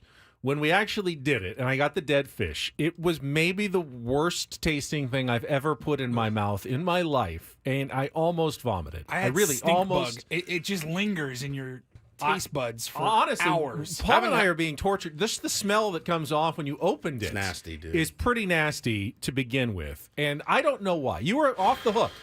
They did not sweep the Dodgers. I said, But hell, then 2 you- out of 3. Then you threw that in like Idiot. some sort of Just an idiot. some sort of aside that really there's a big difference Hell, between if a the sweep Padres and 2 out play of 3. this weekend, I'll do it. Oh man. Yeah, Christopher, my buddy Chris reminded me of it last night, and I went, oh, yeah. I'm worried that you're going to be incapable of finishing the show after I'm going to doing use this. the old mind over matter, and just it's just jelly beans. They are. They're not designed to harm you. I've put a lot worse stuff in my body. A lot. You ever eat mushrooms? Ugh. All right. Yeah, not easy. I mean, that's plenty. Are you That's- sure? Yeah, Paulie? that's a handful. Okay, I'm going to show That's them. about, what, 12 there? At That's- least. yeah, it's at least a dozen. I'll go with that. There's no way you could possibly get so lucky. It would be like winning the lotto. If you they got were no bad ones? If there were no bad ones, that would be like you wasted your Powerball ticket on this if there are no bad ones. So let's focus in. Turn the camera on, Woods. Here we go. Time for Bean Boozled Promise on a Monday. Would you rather all at once? Is that better than Yeah, one at a time? I'm going all at once. I said You I'll didn't eat a say handful. you didn't say you had to do them all at once. You just said you'd eat a handful. Who would It's want up to you? Who would shoot me in the head or death by 1,000 paper cuts? Just It's shoot me hard in the to get, head. They're sticky though. They're hard to get out of your mouth, and you'll just have it in there for like the entire next segment. Good luck. Oh, there they go. All right, he's chewing. Oh God! Just there an amalgam of all the no, all the worst flavors, and he is stomping. He is chewing. He is retching a little bit. He's still chewing. There's no way you can get these down in less than 30, 40 seconds at least. I mean, you're going to choke if you don't chew them enough. He's holding his nose now. Chew, chew, chew, chew. Trying to get them down. That's going to do anything. Trying to get them down. I can't get it so stale. They're not fresh. Yeah, we've had him in the studio for at least 3 months now. He's still chewing. He's shaking. He's quivering. He's quivering. His eyes are closed. He's heaving a little bit. He's trying to breathe through it. He's now looking. He's reaching for the water. Fine. He's trying to get now the last remnants of them. Now, you've got a buck. He's gonna. I don't want to see this on camera. Can I spit? No, probably No, not. you Right? gotta swallow. Get him down. Get some water in Spitters there. are quitters, Woodsy. The problem is the water kind of swirls it around. I almost just said a bad word. Okay. You've almost said a couple of bad words. He looks green, and Paulie doesn't even have the filter on right now. This is not Boomer filter. This is just Woods turning green. The water is now going down. It's spilling all over his chest. He still can't, but it doesn't get out of your teeth. It's still there. Can you identify any of the flavors? He is under the table. Oh, oh God. He's no. Oh no. Oh no. I love you, Padres. I really do. He does love the Padres. His love surpasses that of the rest of us to do that. All right. That's no joke, dude. That is no joke. What flavors do you think Shut you up. got? I mean, did you recognize anything in there? Stinky socks? What did you think You're right. It doesn't noticed? leave your mouth. No. It doesn't. It does. You've never had a bad one. Never. I don't think we pointed that out. God. He's spun a couple of times. We've He's all always spun it. gotten the good one. Yep. And I've never gotten the good one, I think. But you've always gotten the good one. And now you probably ate at least 7 or 8 bad ones in that handful. Bro, it's still there. It doesn't go away. I mean, definitely dirty sock. Definitely. Dishwater, I think, was one. Is that one? Yeah, I think dirty dishwater is definitely one of them. Old bandage. 1,000. Oh, yeah, I got that one I once. 100%. That was bad. All I bad. taste is old How do you Band-Aid. know what that tastes like? No, yeah, you do, because the smell is really what carries most of the tastes flavor. like the and smell. once it tastes like the smell. Not only your brain knows. Your brain absolutely knows what it's eating. Not- And that's the diabolical genius of these. Like, why would you ever know what any of these things taste like? Right. But you instantly You know what instantly they know. are when you taste them. Like you've eaten them before. Oh, yes. I've eaten so many old bandages in my life that I know what it tastes like. But there's no mistaking what it is. The scientists, the chemists who have come up with whatever the flavor is, they're evil geniuses because they have nailed every flavor in its just putrid wretchedness. It's every in- single time. It's on my tongue and it's in my the meat is in. They're so stale too. That's the other. They've been here since got them in Yeah, that's December, right, which makes them harder they're to so chew. stale. So I was Yeah. like, just go down. I can do this. I can do this. And then once I swallowed a little bit of liquid, it was over. And then if you smell, it like activates it. Then if you smell what's in your mouth, you're done. So the pinching my nose actually helped for a second. Oh, dude. How did you guys not vomit? If somebody was retching, I almost did. I almost was did on close. Dirty Fish. I was very close. I need anything. It was worse like several minutes after I was done with the jelly bean because it's that taste that just lingers on your teeth or your tongue. It It's is disgusting. It is all up in my teeth right now. I'm never doing that punishment again. So, I was just going to say, Padres, Milwaukee Brewers. Here we go. 3-game series on the road against a good team here, Woods. Everyone in the chat was really wanting me to just hurl everywhere. God, that was gross, dude. The Padres don't have a lot of success at Miller Park or American Family Field. Would you like to go 2 in a row here? No. Miley says you need mouthwash. Well, that was one of the flavors, I think, was toothpaste. So that was you already had some of that in there, I'm sure. I feel like I didn't get the rotten fish one, which is O'Dub. Out of literally, it was probably, I should have counted them. I did. It was probably 12, 13 beans there. And the bandage is, I feel like I just took a Band-Aid off my knee and am chewing on it. That's what I taste like right now. Like, I got a scab. Yes, that's exactly what it tastes Bro, like. yes. That's all I taste is bandage. Old bandage. Woo! All right. Well, listen. If they win the World Series, I'll do it again. But other than that, I'm not doing that bet again. Jesus. I'd rather sit in a diaper. You know what? We need a contestant for Take on Woods. Why don't you, if you want to call in now, 833-288-0973. We'll let Woods do whatever he needs to recover over the next couple of minutes, and we will play here as soon as someone gives us a call. A chance to qualify for a trip to Las Vegas. Only had a couple of qualifiers so far this month for a 2-night stay at the Westgate Las Vegas Resort and Casino and 2 tickets to Kool and the Gang, backed by popular demand after multiple sold-out shows. They've got a residency through 2024.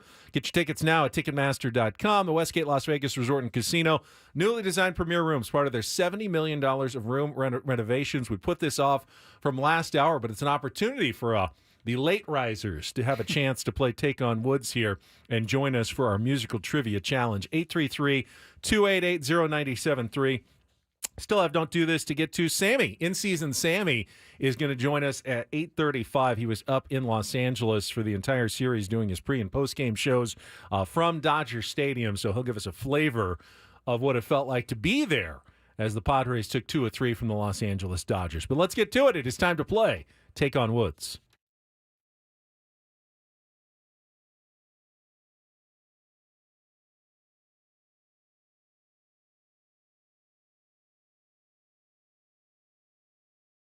All right, Take on Woods brought to you by Valvoline Instant Oil Change. Only takes 15 minutes. You don't have to get out of your car. For directions and discounts, go to SoCalOilChange.com.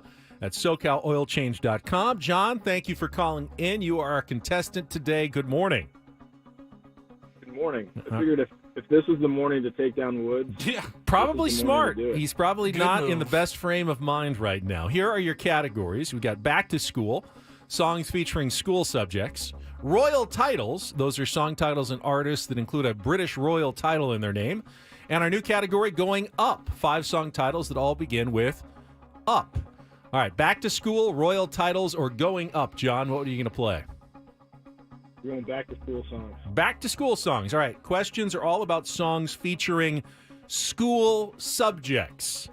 You'll have 60 seconds to answer as many of the 5 as you can. If you don't know one, say pass. We'll come back to it. First question is the 2-second song. You need to give me the title and the artist to score that point. We'll let Paulie cue it up, and then Woods will come in and see if he's recovered from his being boozled, and he'll go head-to-head against you. If you beat or tie him, we'll put you into the drawing for Las Vegas. John, are you ready to go? Let's do it. All right, Paulie, you good 1 to go? second. He's getting calling up and queuing up our 2-second song. Again, it is Back to School is the category, and the songs all featuring school subjects. I cannot get my computer to work right He cannot get his computer to work right now, which makes it hard to play the 2-second song. All right, I'm ready. All right, he is ready. John, 60 seconds on the clock. Category Back to School. Your time begins when Paul plays the music. Good luck. Let's take on Woods.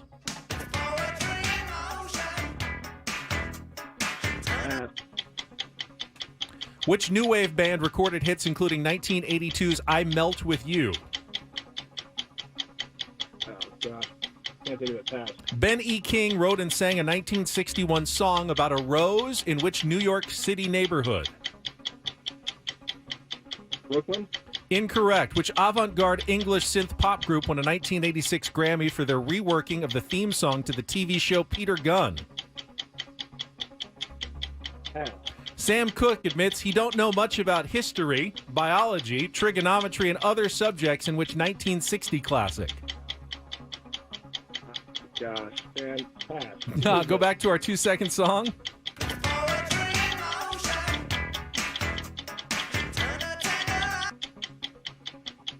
Pass. Which new wave band recorded hits including 1982's I Melt With You?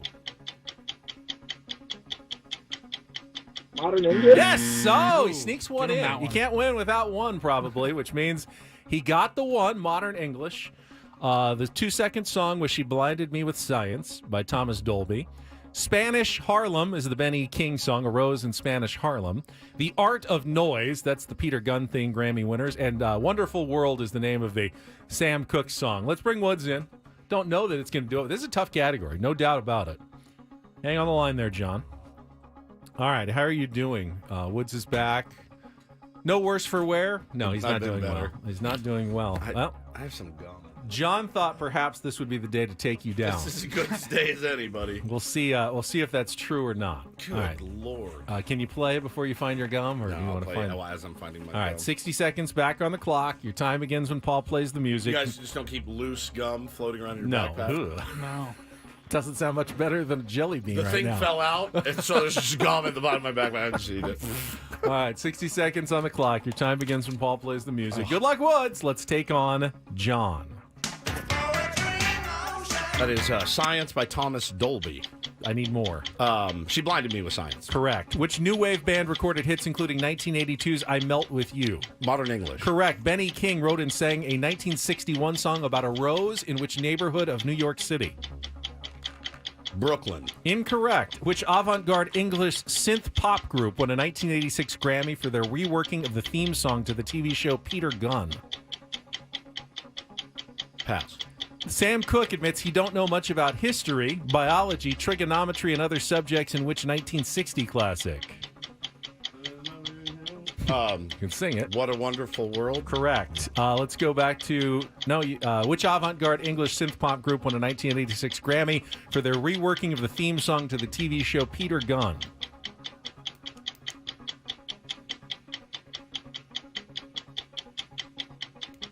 It's a tough one. Kraftwerk. It's the art of noise is what they're called. There's school subjects. She blinded me with science, modern English, Spanish Harlem. Oh, Spanish The Harlem. art of noise, and that song is called Wonderful World, which you got in the end by Sam Cooke. But you win 3-1 in Good. a tough category over John today, even under the lingering after effects of the nasty jelly beans. Woods comes through with a Monday victory. It's like it's growing in my mouth. Like the taste continues to grow, and I try to mask it, and it only gives it more strength. Reinvigorates. It Yeah, comes it's back. like, hey, oh yeah, I am still here. Thanks for the juice. It's like putting gas in your car. Like it's now running better, and by better I mean way worse. We have Don't Do This coming up next.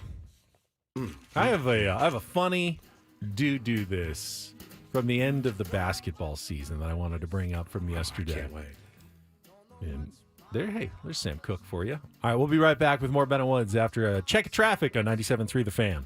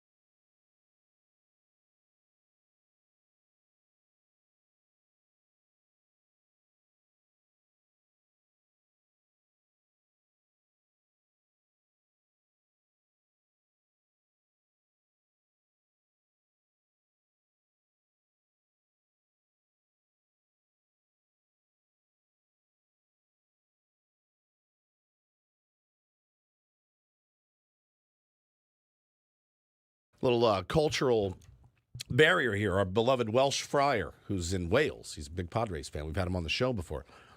He thinks that I'm eating, like, do they not have jelly beans? Does he know? Because he's like, no, he's just telling you, try their traditional breakfast dish of beans on toast. Right, but he also said, well, it's got to be the UK variation of things. Our beans, sausages, and bacon are different from the U.S. Welsh Friar, I would eat beans on toast any time, but eating beans that taste like doo-doo and booger and fish and bandages is different. I promise you, they have jelly beans in the UK. I don't think they do. I think they have jelly beans. I don't think they do. They eat weird crisps and things, like weird. They may have a different name for them, that's true.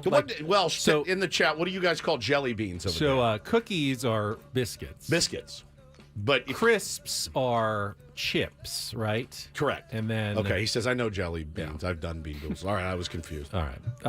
We've got in-season Sammy joining us in our next segment. He was up in L.A. for the entire series. First, though, Don't Do This is brought to you by the Craft Taco in Sorrento Valley. Craft Taco has some of the best quality tacos in all of San Diego. Some even have beans in them. Go to thecrafttaco.com. Take a look at their happy hour specials today. Thecrafttaco.com. My first one's kind of a dual Don't Do This. First of all, for baseball. And Woods, you've made the point before. Fix the balls. Before you're trying to worry about the pitching injuries. The inconsistency, the difficulty in getting a grip on the baseballs continues to be an issue. Kenley Jansen's the latest to complain about it. He says after he came in on Saturday night, or Sunday actually, and he gave up a hit batsman and a single and a sacrifice fly. And the Angels actually did not come all the way back and win. The Red Sox won 5-4. But he said, I don't hit guys. I don't walk people this much. I'm starting to get frustrated. Any balls that came, I just throw it back until I find a good ball. It's just brutal. It's embarrassing. I've been playing a while in this league, and from the beginning of my career until now, it's getting worse. It's been an issue the whole year. He's probably right. I don't love the optics of having a bad outing and then just complaining about the baseballs. I mean, everybody is using them. All the pitchers are using those baseballs. It's not just you, Kenley. So it's a don't do this. Baseball has a baseball issue, but also relief pitchers who come in and give up some runs probably shouldn't just go straight to it's the baseball's fault right after they're done. The baseballs are crap. They are crap, though. It's a tough one because I kind of agree with Well, him. I said it's a dual don't It's do a this. dual. Zach Johnson played in the Masters this weekend, did not make the cut. He's quickly becoming, I think, one of the more unlikable guys, at least from his, like, what we know of him. Probably a great guy, probably a great dad, great husband, whatever. What we see of Zach Johnson, you go, come on. Remember when he chewed out the fans at the Waste Management Open, right? Walked up to him, was screaming at them on the side. The partying fans. fans. Maybe they were getting a little out of hand. I mean, that tournament's known for it. Yeah, welcome to the Waste Management Open, right? You go to Mardi Gras and you're not leaning out your window going, can you guys quiet down out there? But what's the opposite of the Waste Management Open in golf? The Masters. The Masters. The Masters, right? So it's the most decorum you're ever going to find at a sporting event, probably, at the Masters. From fans and players. Right. So this was fascinating to me. So he's playing, makes a triple bogey, and ended up missing the cut, but he makes a triple bogey, Ben, on the par 3 12th hole. Golden Bell. Thank you. So he three putts for the triple. And after he's done, patrons kind of, hey, almost kind of a sarcastic Bronx cheer, hey, look at you. They give polite applause to everybody no matter what score they make. My man stops down and goes, oh, F off, and loud, on a hot mic, the whole thing. And so after the round is over, the guys go up to him, the media, and they're like, hey, bro, do you want to clear this up right now? Here's what he said. Understand the situation at all. What are they saying that I did or said or... It's been reported that you swore at some of the patrons. That I swore at the patrons. That's laughable. That's completely laughable. I can't hear the patrons. Right. Number one. Number two, I just made a triple bogey on the 12th hole that evidently was going to make me miss the cut, which at the time I kind of knew was pretty sensitive in the sense that I needed to keep making pars. If I've said anything, which I'm not going to deny, especially if it's on camera, one, I apologize, and two, is fully directed towards myself entirely because I can't hear anything behind me. He's like, it's like me questioning my 6-year-old. What did I do? I mean, I can't hear anything that's behind me. That, That's not how. What do not you- how hearing works. You can't see anything that's behind you, but you can hear things that are behind you. Yeah, watch this. Let's see. Woodsy, what? Hey, Ben, how are you? Oh, I heard that. I did. I couldn't see it, but Hey, Ben, how are you? I still hear that behind me. Yes, What are you we can talking- hear Bro, things that are behind you. I'm the last guy. And by the way, don't get it twisted. I'm not saying he needs to watch his language. Right. There might be I'm the last dude on the planet. What I'm saying is, it's okay. Just admit it. I mean, you don't want the powers that be at Augusta to shame you because you said something on camera. They get pretty. He ain't the first one. Feisty about it, but he's not. No, he's not. Just wear it. You said it. Just own it. He got owned in the Ryder Cup as captain. Well, He has not had worn. a rough He year, has man. not worn that well since He then. has It's not. been a tough year for Zach Johnson. But maybe I'll show a little grace then. Oh. Hey, I'm the first guy. I've told myself to F off on a golf course so many times, make your head spin. I think you like this for do this. DD mega doo-doo. Even though it's from the world of basketball. Yesterday was the last day of the regular season. Lots of important games yesterday, including the Lakers beating the Pelicans to clinch the 8th seed in the play-in tournament, and they'll play the Pelicans again tomorrow for the right to get the 7th seed. But there weren't some less important games. The Houston Rockets, for instance, weren't going to make the playoffs, but they played the Clippers in their final game. And with 4:44 remaining in the fourth quarter, the Rockets were up pretty big. And center Boban Marjanovic, who is he's created a really nice little subculture for himself, doing ads and everything. You've seen Boban on the commercials. Yeah. He's very likable. So he's fouled and goes to the free throw line. Now he's a big guy, but he's a pretty good free throw shooter. Career 76%. Misses the first one. So this is at Crypto.com Arena. The Clippers run a promo in which attending fans get free chicken if the opposing player misses 2 free throws in a row. It's like an incentive to try to distract the other team. I like chicken. So apparently Boban knew this and knew the game didn't mean anything. So he goes up and he hears everyone getting excited and cheering. No, he didn't. And before the second free throw, he looks around, he points at everyone like, you ready for it? You ready for it? They're going and nuts. just absolutely throws a complete brick on purpose. And then he just points to everybody, and points the to everyone, place chicken erupted. for everybody. The crowd went crazy for Boban. There's somebody that had a problem with that. I'm I sure. know I that didn't. there is. I did not. We need to stick to the integrity of the game. That is as fun as sports can get. Is that moment right there? And That's everyone phenomenal. won free Chick-fil-A at the Clippers game. Even on a Sunday, you can win free Chick-fil-A at a Clippers game, thanks to Boban and thanks to our Do This. Hang on, let me, here's the audio. Oh, you got some audio? Start getting excited here. There might potentially be some free chicken on the board if he misses the second free throw. He's just pointing at himself. I got you. So that's why the fans are getting a little frothy. Oh, they're pointing to you. Boban's playing with the crowd. Say, you want chicken? Here's your job. Oh, he gave him chicken. Come on, that's amazing. He's a man of the people. You did that on purpose? He did. He gave out free chicken. That is so badass. Amazing. I'm glad you remembered that. I forgot already from the weekend. That was fantastic. Pretty good. That's badass. And that's Don't and Do This for a Monday. That was Don't Do This with Ben and Woods on 97.3 The Fan. All right, in-season Sammy was at Dodger Stadium, and the beast of the belly, as I like to say. We will talk with Sam Levitt when we come back with more Ben and Woods on 97.3 The Fan.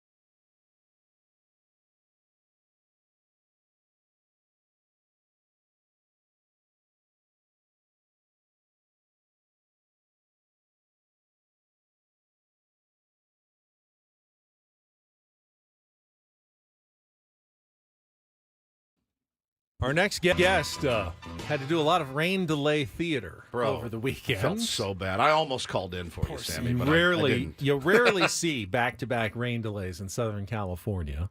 First one was long, 2 hours and 15 minutes on Saturday. And then only like 30, 35 minutes yesterday. We will talk with Sam Levitt, Padres pre- and post-game show host, right after this check of traffic on 97.3 The Fan. From the 97.3 The Fan Traffic Center, here's Kelly Danick. Well, I know I've been talking about this all morning, but just a reminder, westbound 54 to the North 805 transition ramp still blocked, all due to a large sinkhole. So if you normally take that route, you might want to just continue on the westbound 54 to the northbound 5 to get out of the South Bay. Again, that ramp is still blocked, west 54 to the northbound 805. The Cordell and Cordell traffic cam sees some ladders in lanes. Yeah, more than one. Southbound 805 at the 54. Truck that dropped them pulled over the right shoulder. I'm Kelly Danick with Ben and Woods, San Diego's #1 sports station, 97.3 The Fan. So remember, Sam Levitt was supposed to call that the prospect breakout game and didn't end up happening because of the rain. Well, he finally got to do some play-by-play this weekend. Sammy Levitt, now the tarp play-by-play guy for the San Diego Padres, calling the unrolling and re-rolling of multiple tarps at Dodger Stadium, joins us right now on 97.3 The Fan for his weekly visit. Good morning, Sammy.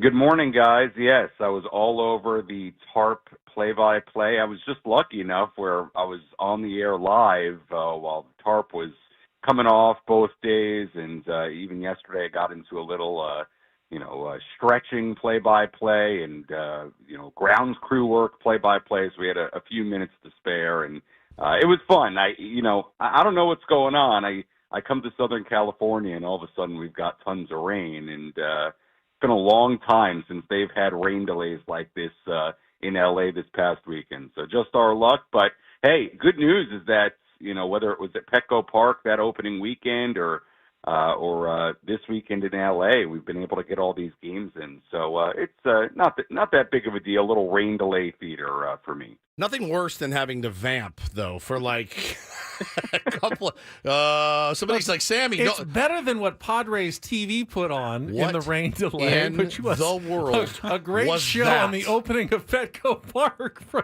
20 years ago. Bro, there's some guy who was on there. I don't want to just. I don't know. It was actually Michelle Beadle hosted the show. And who was the guy with her? He was the Bill Swank. He's the local baseball historian. Okay, well, this 20 years ago. I mean, and he's like, here's Qualcomm. Interviews with current SDSU baseball coach Tony Gwynn. And oh my God, dude. The most dated programming you could imagine. Group Dog, hit me up.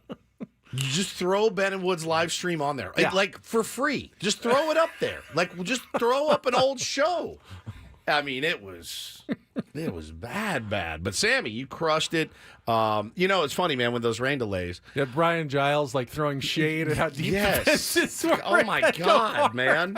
It's like the Wayback Machine. But Sammy, it's funny. We were talking about it. The most impressive pitching performance of the weekend came in the only L that we took, and that was Matt Waldron on Saturday. And I'm you probably did the same thing, but people were tweeting, how does a knuckleball affect the rain? I'm on my computer Googling like, oh, God, this doesn't look good for Matt Waldron. He looked fantastic, man. He really did. Holding that line up to his final line was fantastic work from him. Yeah, and by the way, before I get to Waldron, thank goodness for the Padres Roundtable presented by San Diego Roundtable Pizza, because that took up a good chunk of the rain delay on Saturday. So you guys were doing some overtime. You didn't even know it. But, yeah, to the pitching. Look, Matt Waldron, obviously, I thought, Woodsy, I'm with you. I thought he was really solid on Saturday and found an ability to work in and out of trouble. And I think anytime you're facing this Dodger lineup and you look at the final line from your number 5 starter and it's 5 innings, 1 run given up, you'll take that from Matt Waldron, especially against this Dodger lineup on the road. He had never pitched in L.A., never faced the Dodgers before. So considering all that, the rain delay, the weather, all of it, yeah, you'll take that. And I think that was a big storyline from the weekend was the pitching in general. Obviously, Michael King on Friday night gives up the early runs, but I think it's important to remember he was able to settle in for scoreless innings in the 4th and the 5th. And then how about the bullpen? I mean, the bullpen on Friday night, 6 scoreless innings. They gave up 1 hit as the Padres made the comeback in that game. 1 hit in 6 scoreless innings.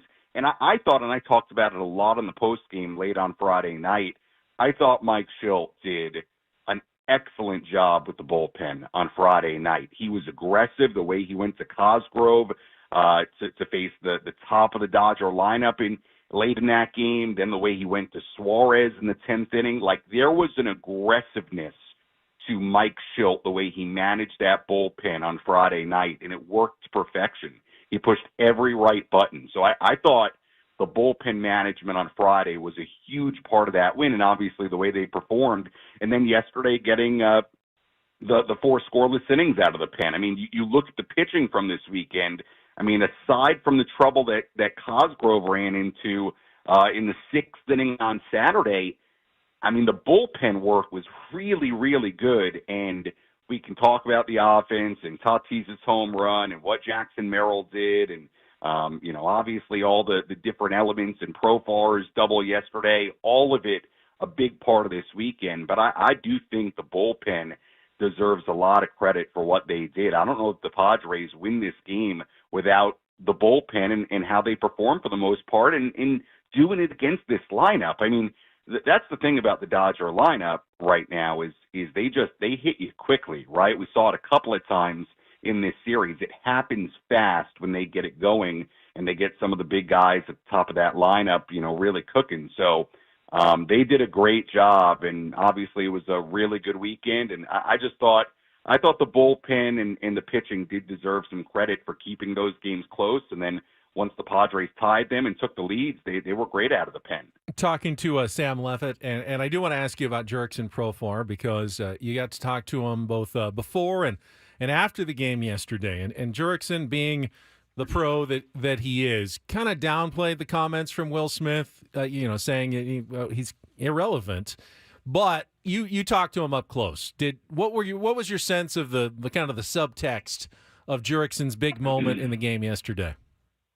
Well, I thought it was for Padres fans and the Padres team and Jurickson. Obviously, I thought it was a pretty cool moment, right? When you can come out 24 hours after that gets said on Dodgers radio and then do what he did and have that kind of moment. And whether we want to talk about the wins on Monday or Friday or Sunday, look, this team showed a ton of fight, and they showed you something throughout this week. I think you have to be really, really happy with the identity they have so far. We did a lot of talking about that in spring training, right? The word identity, what this team would look like, how they would play, how it would feel different than last year. And look, you're 9-9. They've got a ways to go still, a long way to go this season, but there's no doubt about it. It feels different. As far as Jurickson Profar, at the end of my post game yesterday, I brought up Smith's comments. I wanted to give Jurickson an opportunity to, I don't know if respond is the right word, but to say whatever he wanted, right? As I sort of brought it up, and he essentially said, he's not a media talker, and it's not him to say anything in the media. And the way I took it was, hey, I'm going to do my talking with my bat. And Will Smith had said that comment to the media, the day before, and I don't know what was said at home plate on Saturday, but I kind of took it as Jurickson wasn't gonna talk in that way to somebody like me, to get his message out, and he'll either do that with his bat, and look, will this carry over into future meetings with the Dodgers? I don't know, but credit to Jurickson. He didn't want to stir the pot anymore. I totally get it. And to his credit, he did all his talking with what he did on the field. And obviously, look, the comment with Smith, just my opinion, I mean, Jurickson Profar is not irrelevant. I mean, as Manny talked about in the clubhouse yesterday, as Mike Schilt talked about, number one, he's very relevant to this Padres team for what he means. And, inside that clubhouse, as we know, the impact he has, and he's played great so far this year. And 10 years in the major leagues, there's a very small number of baseball players that can say they've done that. So I thought it was a silly comment. But I give Jurickson credit. I thought it was pretty clear to me that, he didn't want to stir the pot anymore. And I totally understood it, but I did bring it up towards the end of my post game because I wanted to give him the opportunity to say anything if he wanted to say it. I loved it. Loved every second of it. I loved the pettiness. And seems that Dave Roberts kind of got all this going the other night, running out and telling the umpires, Manny's standing in the wrong spot. He can't stand there. Keep an eye on him, move him, do whatever you have to do. Manny comes out, responds with a bomb, looks into the dugout. I love it, man. This team did not play with any of that last year. And I think you don't ever want to poke the tiger.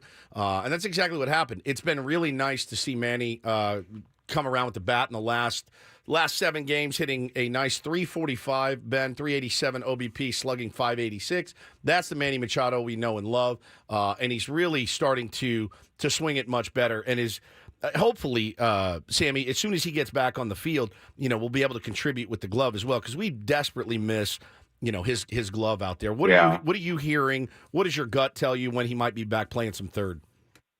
I think it's a very fluid situation. I think it's very much about how Manny feels, how that arm feels. And look, I think when he gets back on the field, it's not going to be a situation where he's playing third base every day right away, right? This is going to be a situation where he plays third, maybe the next day DHs. There is going to be some level of easing him back, but obviously the first goal is to get him back at third base to begin with. I mean, he was out at Dodger Stadium taking ground balls and doing some throwing throughout the weekend.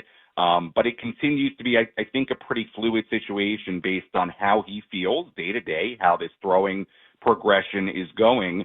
But also, I don't think they want a situation at all where you throw him out there and he's not ready to be out there. Yeah. And look, I think they are trying to follow a little bit of a program here because, again, I do know when he gets out there, it's still going to be an ease-in process, right? And look, that's interesting to note because once Manny's playing third base every day, then the question of who your DH is every day now becomes a key question with the lineup. So, look, Mike Schilt called it a loose goal, quote unquote. That was about a week and a half ago. That he could play third base by the end of April. The sense I continue to get is he's working his way back. I don't think there's any timetable or set date or anything like that, but he's working his way back, and I think they are being very, very cautious with not rushing this and making sure when he gets out there that he's in a spot where he can, withstand the rigors that come with playing third base every day. But I do think even when he gets out there, I think it's still going to be sort of an ease-in process. So they're being cautious, and I totally get it, but he's working his way back. But there is no set date, and I don't think there is a timetable of it's this amount of weeks and it's going to be on this date. I don't think that's what the situation is. To me, it's fluid based on how Manny feels and what continues to happen. Sammy, do you stay up there or do you commute back after every game? Oh no, I stay at my brother's. Oh, he lives. okay. He lives in West Hollywood. So yes, the folks at Odyssey are kind enough to let me go up there, and love being at the ballpark. And sure. I think they're kind enough to let you go up there and stay for free. For free on your own dime. Well, yes. Well, that's part of the. Well, very generous. Part of the attraction is that my brother does happen to live up there, which is great. Yes. Has a nice apartment in West Hollywood, so it's all good, and it's like a 25-minute drive to the ballpark, so that's not bad.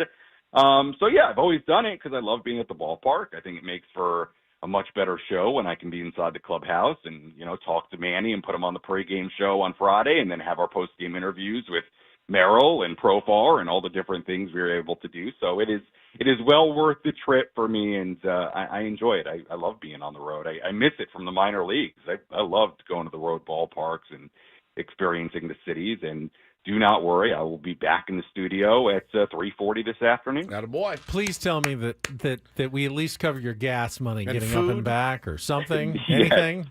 Yes. Okay, good. No, the mileage. You hear Odyssey cutting his phone out right now. That's all on purpose. Sammy, we're losing you. Yeah, they're doing that on purpose. And by the way, just one more note on the weekend, just because I said his name. How about Jackson Merrill? He's unbelievable. I've been so impressed, and I know everybody has, but for him to show up and take the job at a spring training, just take it all and run with it at 20, what he says to me inside the clubhouse and just the professionalism, the team nature, and the performance, the quality of at bat.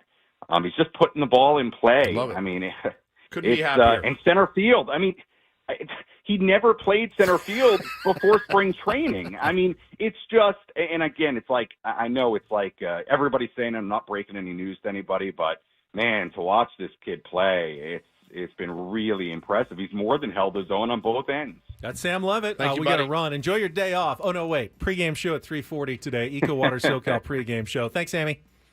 All right. See you guys. No days off for Sam Levitt. We will talk about the upcoming series against the Milwaukee Brewers. Paulie's got some headlines in the Reindl Report as well. Final hour of Ben and Woods on the way on San Diego's #1 sports station, 97.3 The Fan. What?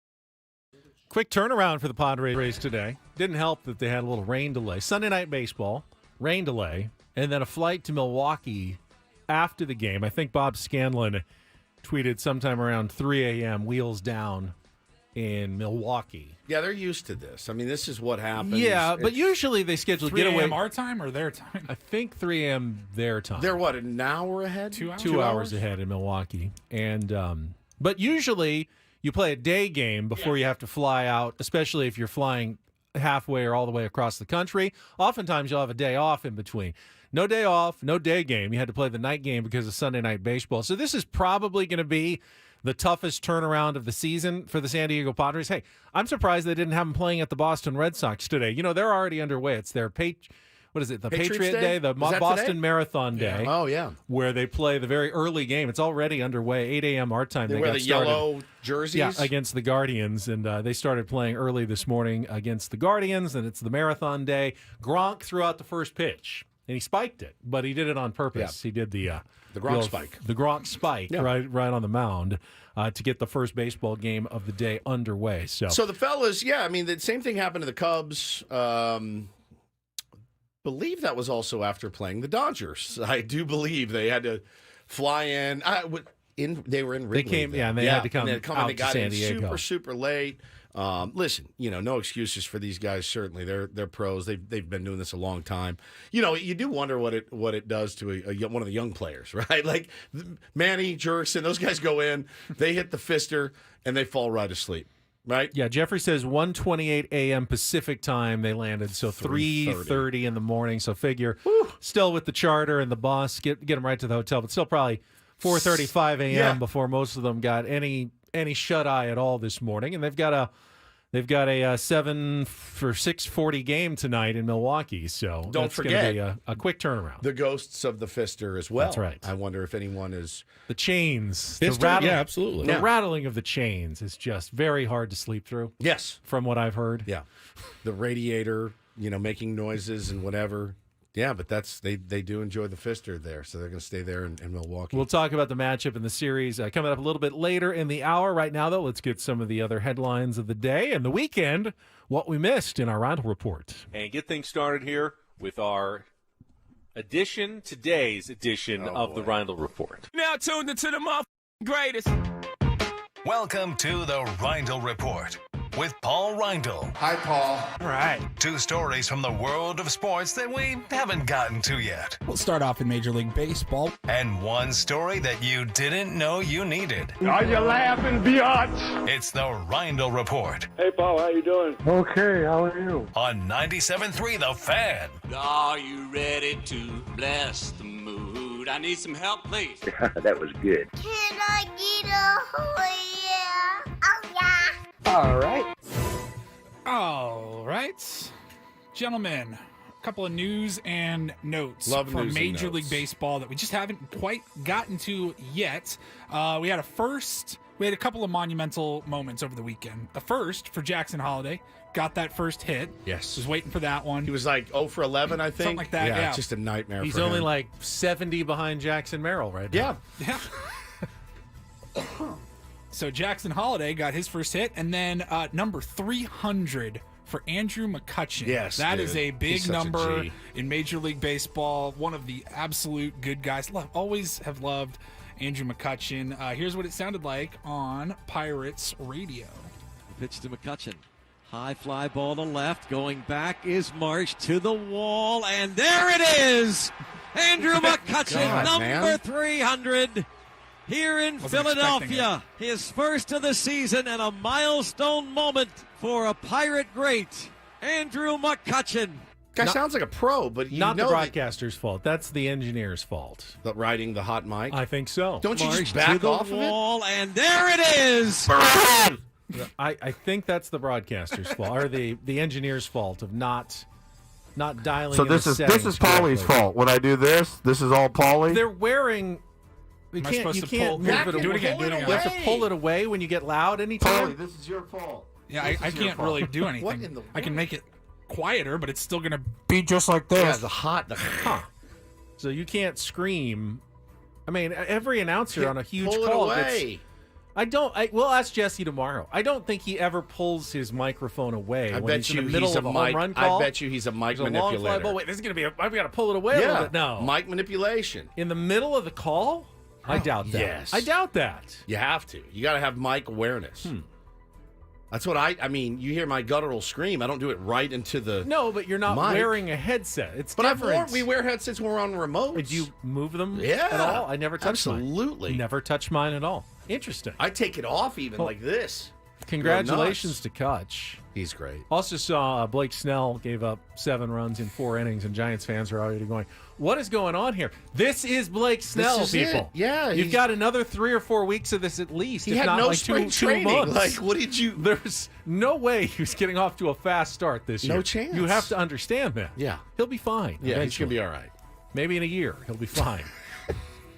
Got another story here. This, at face value, probably could have ended up in a "don't do this" story, but then you do a little bit of homework and you see, okay, it's not as bad as it looks. But did you see the statue unveiling in Philadelphia? Boy, I did. I got was it Friday morning? Friday afternoon? I got a chuckle. You said out of this has that. to be a prank. I thought it was a prank. I Now, couldn't stop laughing. Allen Iverson, one of the greatest basketball dude. players to ever live. So good. One of the most exciting guys to watch with a basketball in his hands. He was so much fun and just a Phillies legend, an NBA legend. And he got Philly. 76ers. Yeah. Philly legend. Oh, Philly, yeah. And he was memorialized. Immortalized. Yeah. by the I think you have to be Philadelphia dead. You have to be dead to be Yes. memorialized. He was immortalized, though. Immortalized. With the statue. And they did this in front of the 76ers practice facility. And I guess they have a bunch of other statues of 76ers greats from over the years. And when I saw the picture and the unveiling and the video, I just thought, no way. It's just a little bub. Somebody it's just said- a little tiny. It's like a jockey. Somebody said they gave him a bobblehead, like an iron bobblehead. Now, this it is looks what... like a giant bobblehead. You just want to call him like Little Bub. Hey, little guy. Hey, champ. How you doing? Just patting his iron head. So the headline was, that's what grabs your attention, killed and then you look into it and you're like, oh, all of their statues they have. are all this, which that alone is kind of lame. You're kind of cheaping out. You're just going, yeah, the full price statue. We're not gonna do it. $80,000. Can we get one for like maybe Let's do 10,000? $12,000. You Yeah. get one, it's like What can we get 16 inches What tall. can we get for 10,000 instead? Why don't you just do a about print- 2.5 feet? It's Why about don't you all just, we can do. Just do a printout of a picture, all right, and put it in a frame. If we're gonna Like, do when this. I saw that, though, I go, oh, I died no, too, dude. I died. I How thought could it was. you do that to him? I thought it was. I was like, they're pranking this dude. Because if everybody else was full size, and he was that, I was like, oh no. He was like 6 foot, 6'1". I mean, he was a smaller basketball He was player. a smaller man, but just they didn't, He was they 6 didn't foot make it to exactly. scale. Yeah. Oh, it was great. It was great. But that's what they It's like did. Legoland when you're walking through So, Miniland. so what you should have done is you move that whole ceremony over to the other ones where they're all around you, and you can get the Right. context that we do smaller statues here at the practice facility. But you just when they Otherwise, just showed everyone's just going to drag you. Oh, I was. That's like, a yeah, self-inflicted it was like drag. It was like Spinal Tap Stonehenge when they pull the thing up and it's this big. It's a foot tall. No, we're not gonna do Stonehenge. They're on stage and they unveil it and they're looking at each other and it's a foot tall. Maybe the funniest movie in cinematic history. I just have to ask one question. Are we going to do Stonehenge tomorrow? No, we're not going to do bloody Stonehenge. It was so good. So it was great. But yeah, the context makes it not funny at all. It's just normal. It just makes it, this is what they do. All right, and finally, a little news you can use. We talked about it earlier that it is tax day. And, anytime there's a quote-unquote, finger quote, holiday, restaurants, fast food shops love to do bits. And there's a lot of bits out there for tax day today. If you're looking to save some money, we can start with Krispy Kremes. They're doing buy one, get one free for the dozen donuts. Buy a dozen at full price, get a second for just the sales tax. That's the last thing I You need lots of friends to buy 2 dozen You donuts. really don't. That's the thing. All you you really have to don't. do is pay the tax on the second one, and you're good to go. I should have done that challenge. Eat a dozen Krispy Kreme donuts. Instead of a dozen jelly beans. Disgusting. They're Now- still in my mouth. I was looking through, and the prep service bit of the day here. Yeah. They've got a bunch of other deals, and like almost every single one applies to our old pal Woods here. Okay, I mean, fire away. Look, I love them too, but you in particular. Krispy Kreme. Yes. That's the first one. Grubhub. Yeah. DoorDash, more of a Grubhub. DoorDash, yeah. But if you want to use Grubhub, they have $15 off today. Okay. You got to spend at least $25. Use the code TAXBREAK on your order, and you will get $15 off. Okay, that's a Not good bad. deal. BJ's Restaurant and Brew House has a 10/40 deal, $10 off any $40 purchase. Stop it, Woods. Stop it. I mean, Stop it. Who doesn't? I like that. Me too. Big fan. There used to be a BJ's in La Jolla, but I don't think it's there anymore. Must have gotten married.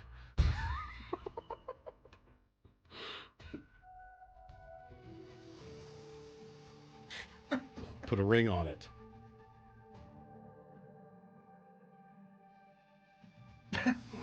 Continue, please, Paulie.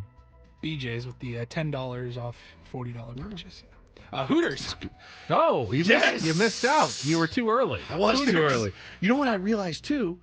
When I took the kids over the weekend, I took them on Saturday. We take a picture with the Hooters girls and the kids, and behind is a big sign: "Kids eat free on Sunday." And I'm like, "Oh, you So you missed the tax day kids were coming deal. back You tomorrow, missed actually. the Sunday eat free deal, and you went on Saturday and paid full price. By the way, we sit down at the table, and it's on the big wooden table. It says Hooters, and it's an owl, and it's got the big eyes. So Bo sits down and he goes, "Wow, that owl has like 2 huge eyes." And I go, "Yeah, that's the whole point of this restaurant. Owls and their giant eyes. That's it. You've nailed it." And the noise they make. And the noise They that they hoot. make. Yeah, that's right.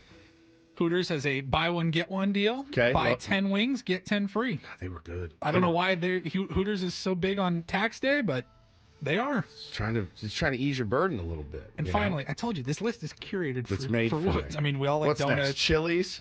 How about Dave and Buster's? Dave and Buster's. Oh my God, my whole weekend would have been covered.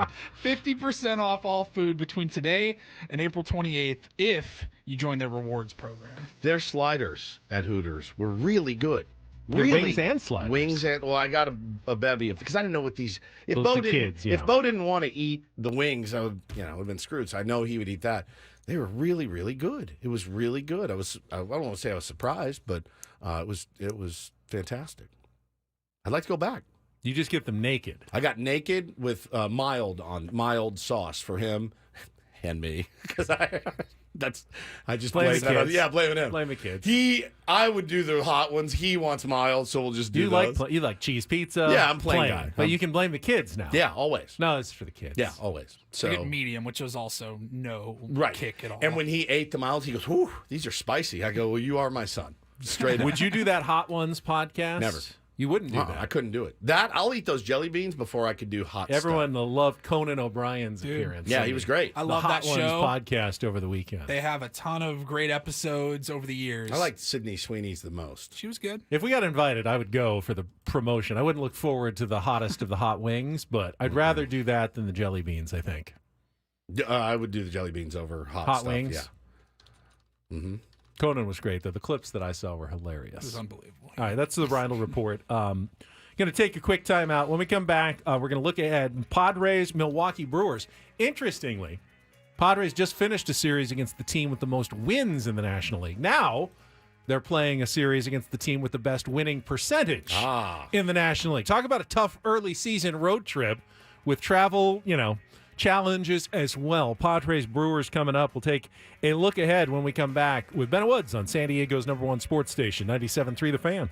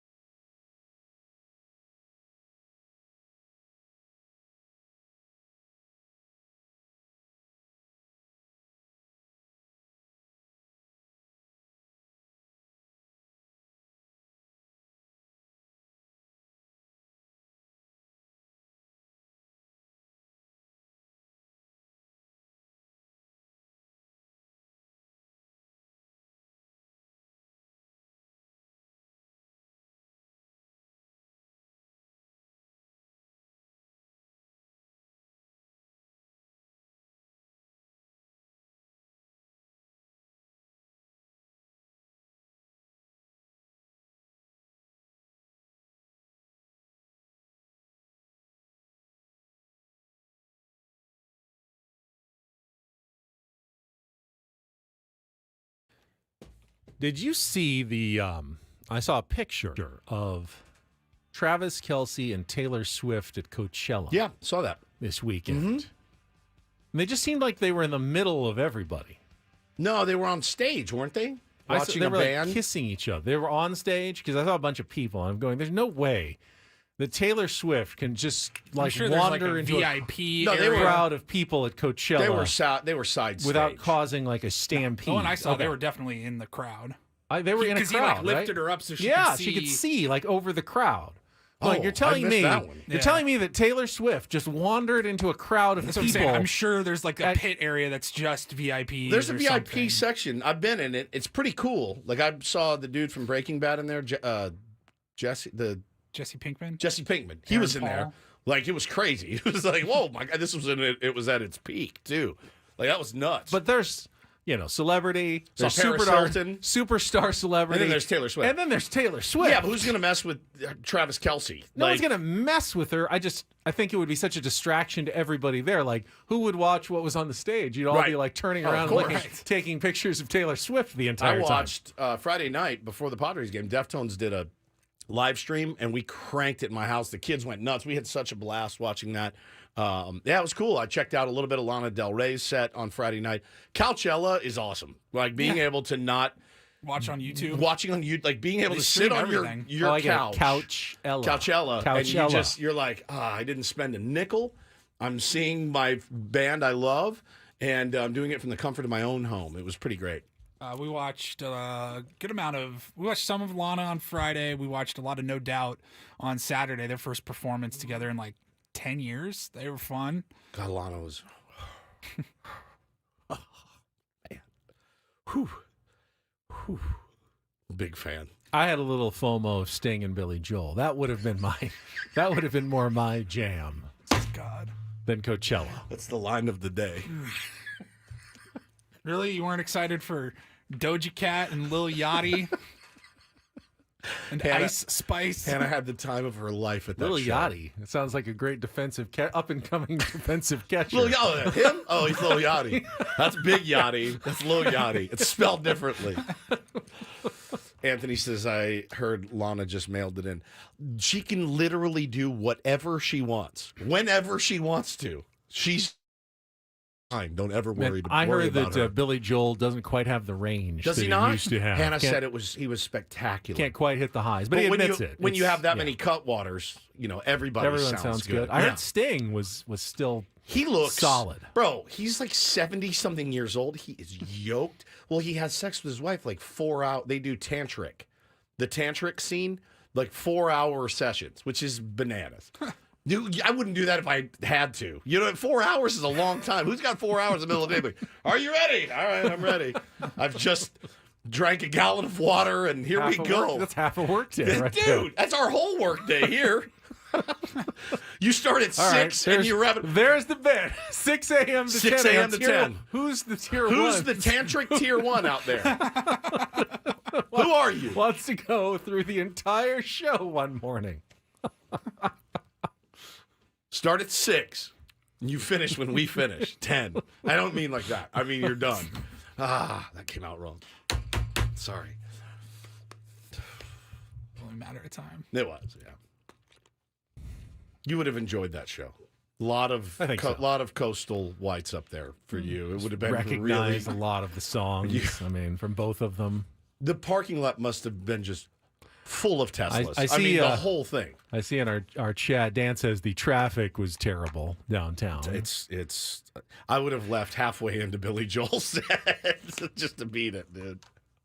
But yeah, I guess they were both great. Hannah's dad was a huge Billy Joel guy, so she's like, I basically wept the entire show. And but he said he sounded great, and they were obviously really up close. But Sting, she sent me a video.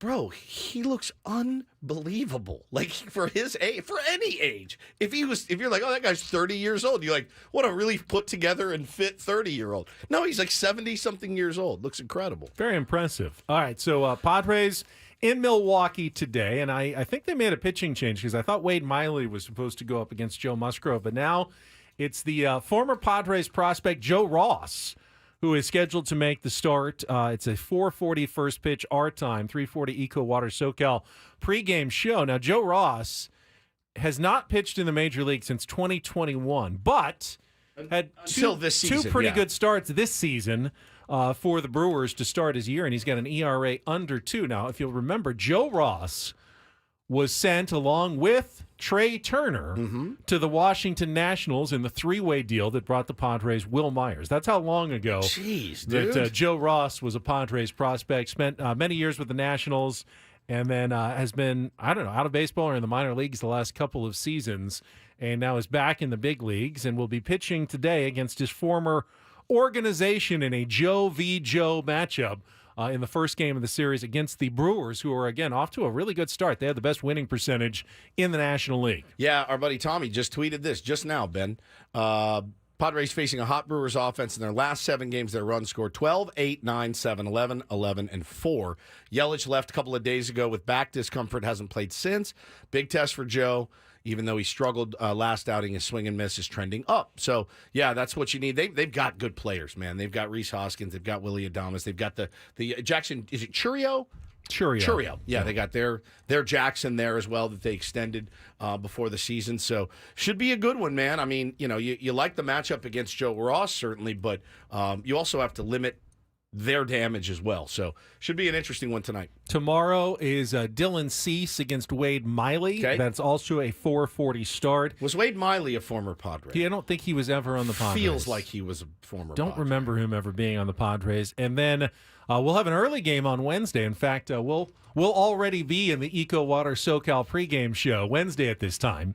Ben and Woods with the 3-hour and change show as worst show you've ever heard. Michael King pitches against Freddie Peralta, who is...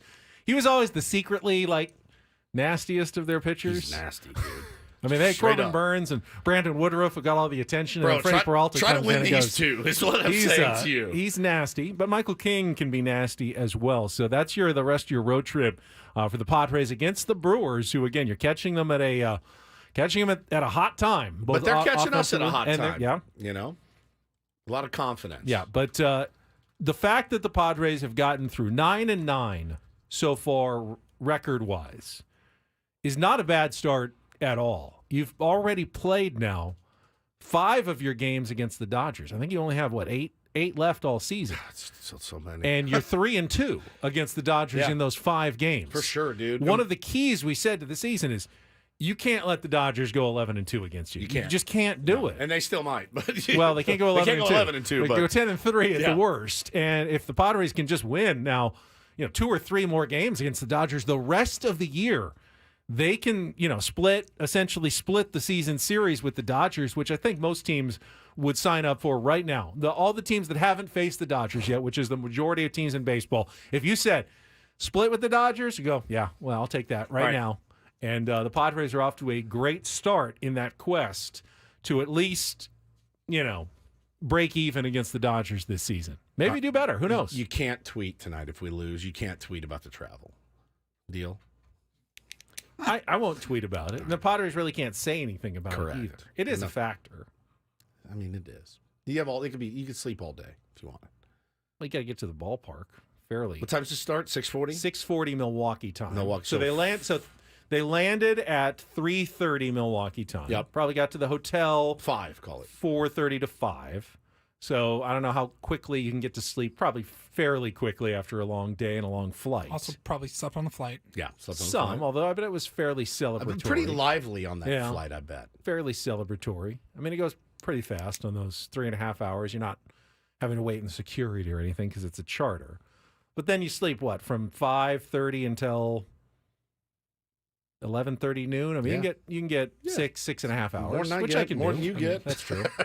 We're also not playing baseball at high level. You have something to eat, and you got to head to the ballpark and get there. You get to head to the ballpark. They get there around 2 most games beforehand. Maybe Mike Schilt gives them a little later. Give them a little later. Later curfew or whatever they call it, report time for the game today, just to get as much rest as you can before starting. Maybe cancel early batting practice or on-field batting practice today to give yourself an extra bit of time to rest. And I'm sure Joe will be prepared. Knowing you've got Peralta in a couple of days, Wade Miley's pretty crafty too, and you'll see, they need to come out. They would win this game against Joe Ralston. I know he's been throwing the ball well, but you're playing pretty good baseball right now. Let's keep it going. All right, final segment coming up. First, though, we've got some tickets to give away. This week, we're giving out 4 packs of tickets to see San Diego's newest team, the San Diego Mojo, new professional volleyball team. They're going to be taking on the Omaha Supernovas at Viejas Arena on April 23rd. You can grab your tickets now at provolleyball.com or win them 4 tickets right now. Fourth caller,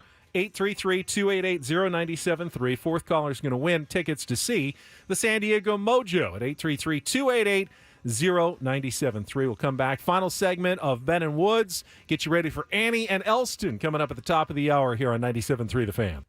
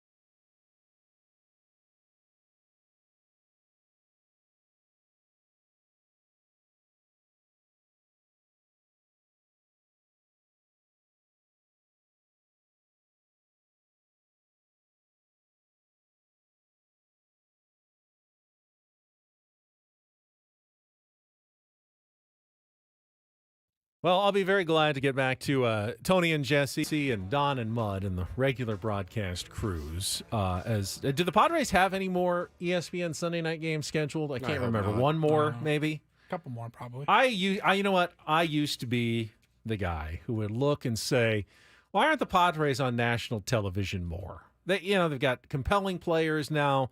It's always the same team. It's the Dodgers.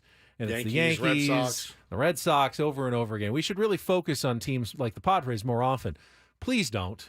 Please stay away. Just stay away as much as possible. We're good. I am more than fine not being on ESPN Sunday Night Baseball. When you get the kind of experience you have having to watch that broadcast that they put together last night, and then the travel difficulties that we're not going to be blaming today, but do come along with having to play on Sunday Night Baseball and then traveling across the country for a Monday game. I'd just rather skip it and play the normal Sunday afternoon game with your normal broadcast crew in place. Yeah, as would I. I mean, I knew it was going to be bad. I had no idea it was going to be that bad. I knew it was going to be bad. But when Eduardo Perez was just almost nude in the booth talking about Mookie Betts' secondary lead in the first inning, I said, oh, man. And all the pregame stuff, that's fine. You're going to do that at the home ballpark. Great. You want to give ESPN, you want to make some custom cleats for Riz God Freddie Freeman and give them to him? Fine. I don't care. That's what you do when you're at somebody's ballpark. Hey, Freddie, try these on. Great. No problem.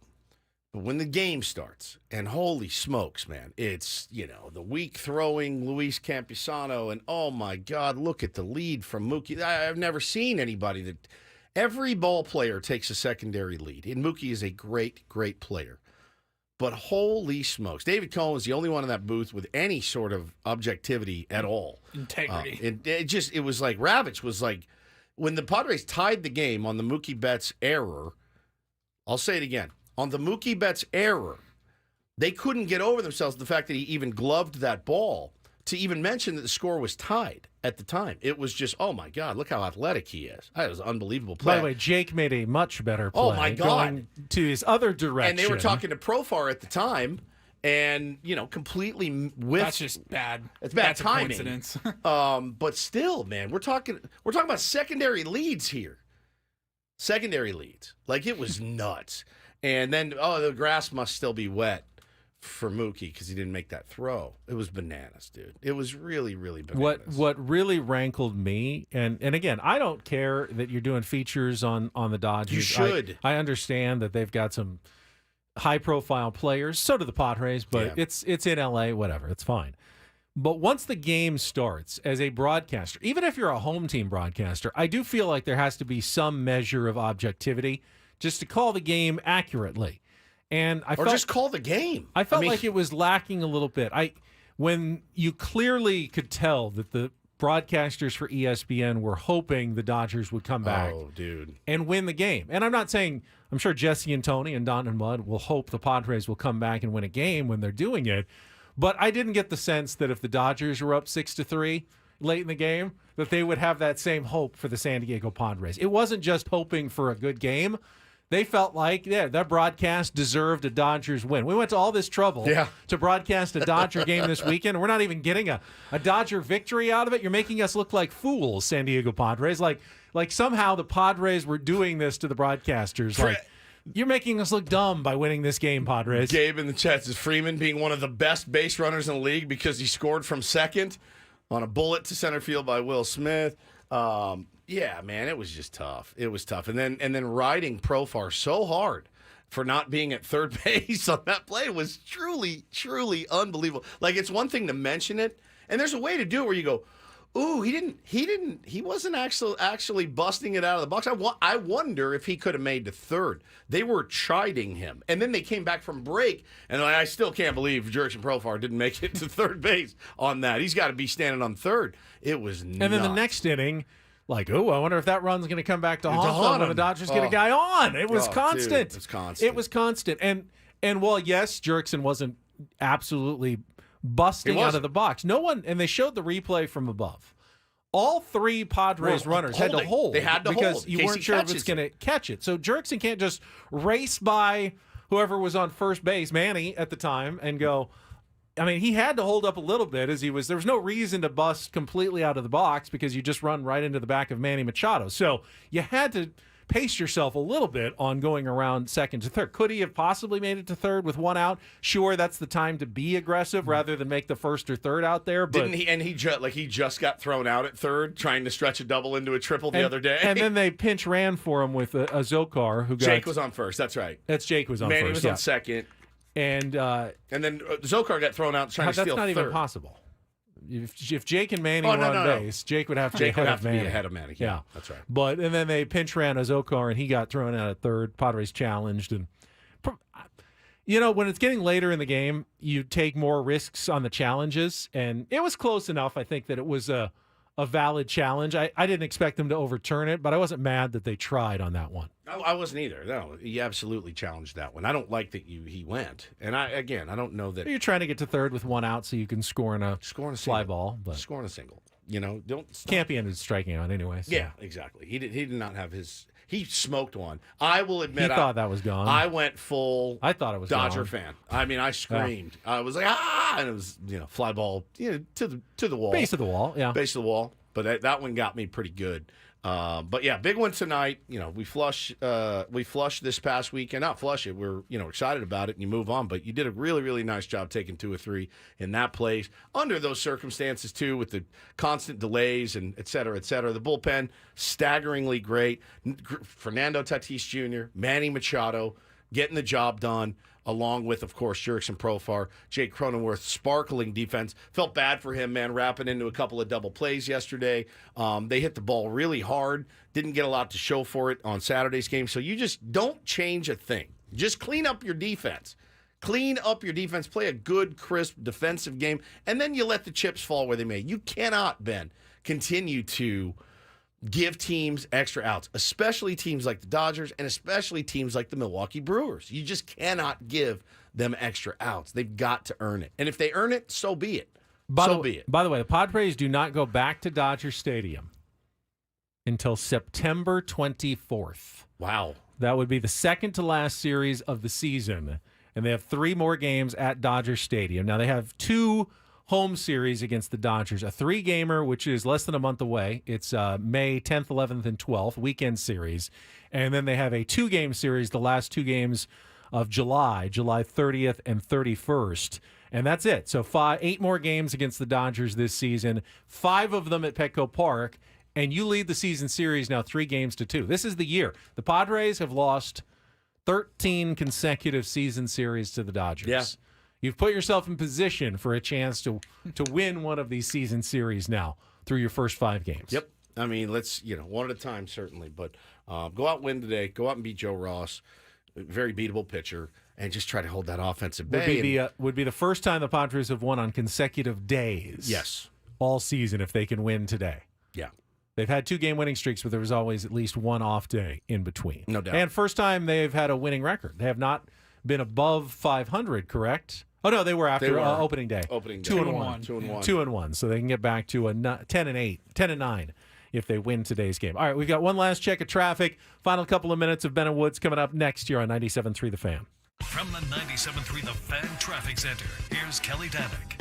Still going to find that transition ramp block westbound 54th, the northbound 805 connector, all due to a large sinkhole. Hopefully they'll have that fixed by this afternoon's commute, but I'll keep you posted. And here's what happens if you don't secure your load and you drop something in lanes. Yeah, northbound 5 just past Balboa, a chair in lanes touched off this crash. This vehicle swerved to miss it and then hit the center divide. So yeah, just watch out for little activity there, northbound side of the 5, just past Balboa. I'm Kelly Danick with Ben and Woods, San Diego's #1 sports station, 97.3 The Fan. Don't forget, you can tune in every Thursday at 10 a.m. for 97.3 The Fan's commercial-free Padres Roundtable featuring Ben and Woods, that's us, Annie and Elston, and Gwen and Chris, presented by San Diego Roundtable Pizza. For takeout or delivery, go to roundtablepizza.com. Roundtable, the last honest pizza. I think I've shown a remarkable amount of restraint for 3 hours and 48 minutes. Well, hold on. Basketball or golf? Golf. Oh, okay. Golf. Haven't really discussed much of the weekend that was at the Masters, but I want to give Scotty Scheffler his due. And I know you talked off the air that Scotty Scheffler is not the most compelling athletic figure you've ever met. No, I've never met him. Seen. But unlike some other great champions, including Tiger Woods, Scotty Scheffler seems to just genuinely be a really nice guy. And it's hard, I think, in sports to be both a ruthless competitor and a really nice guy. Yeah. There's a lot of great champions. Jordan, Kobe, not the nicest of guys. Tom Brady, yeah. Tom Brady, Tiger Woods, Phil Mickelson. Not all the nicest of people. But from everything I've heard about Scotty Scheffler, he's both a competitor and also just a really sweet, nice human being. And sometimes that can make you feel a little bored with watching him. Well, he's so surgical, too. I mean, it was just like the way he hit the ball. It was the most Tiger-like performance we've seen since Tiger in his prime. No question. And while Scotty is very different from Tiger, what reminded me of Tiger was that the back nine on Augusta on Sunday, he made the shots he had to. The approach shot on 9 that he nearly holed, the great shot on 10 that he set up the birdie, 12 just hit the green like you have to, made the eagle putt and tap in birdie on 13 like you have to, 14 got it really tight for the birdie again. While the other guys, they all acted like they were going up against Tiger. Morikawa, double bogey on 9 and 11.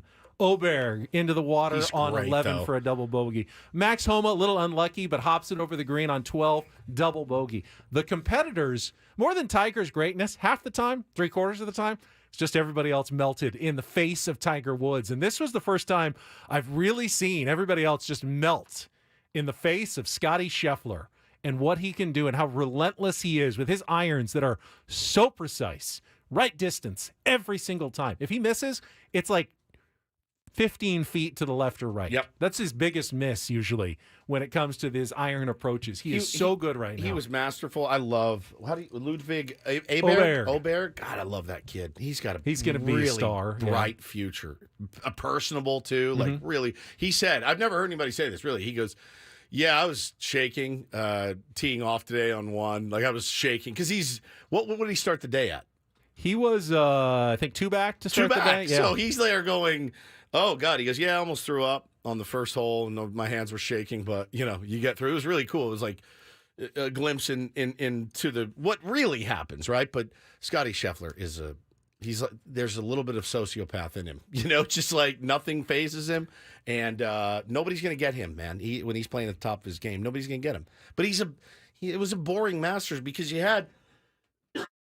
At one point, you had 4 guys tied at 6 under, and you're licking your chops, and then the he took all the drama out. Dodger lover Max Homa down, Morikawa down, Oberg out, and it's just like, all right, Scotty Scheffler again. Also, but it was sweet though. Remember, his wife is about to go into labor. He's about to have it's his first child, and they're asking him questions, and he's like, I just want to go home. I just want to go home. Like, I can't even soak this in. I want to be there, which is really sweet and rad. And, now he gets the dad strength that comes with that. So his game should only get better. His caddy, Ted Scott, is a super nice guy as well. It's just team nice. And right now, they're also the best team in golf. Also wanted to shout out to Vern Lundquist, who retired after his final Masters. And I thought one of the nicest moments I was watching early yesterday. Tiger, who didn't, made the cut for a 24th straight year, but played terribly on the weekend, just kind of wore out. Gets to 16, holes out his par putt, I think. And Vern's sitting kind of over behind a tree, just on a chair, watching the early action before he's on the air. Tiger takes the time to go out of his way to shake his hand. The guy who called some of Tiger's biggest moments, including his famous chip in on 16, the ball that stopped on the edge and rolled in. Have you ever seen anything in your life? Vern's amazing. Vern always had the right call. Yep. 40 years of Masters calls, and he had his final one. And there's a great shot because Vern's behind a tree, and Tiger looks like he's shaking the hand of a tree. That was Vern Lundquist's hand. That's like unbelievable. He was shaking the hand of a tree. That picture, somebody said when the edibles kick in, and the guy was shaking a hand coming out of a tree. It was brilliant.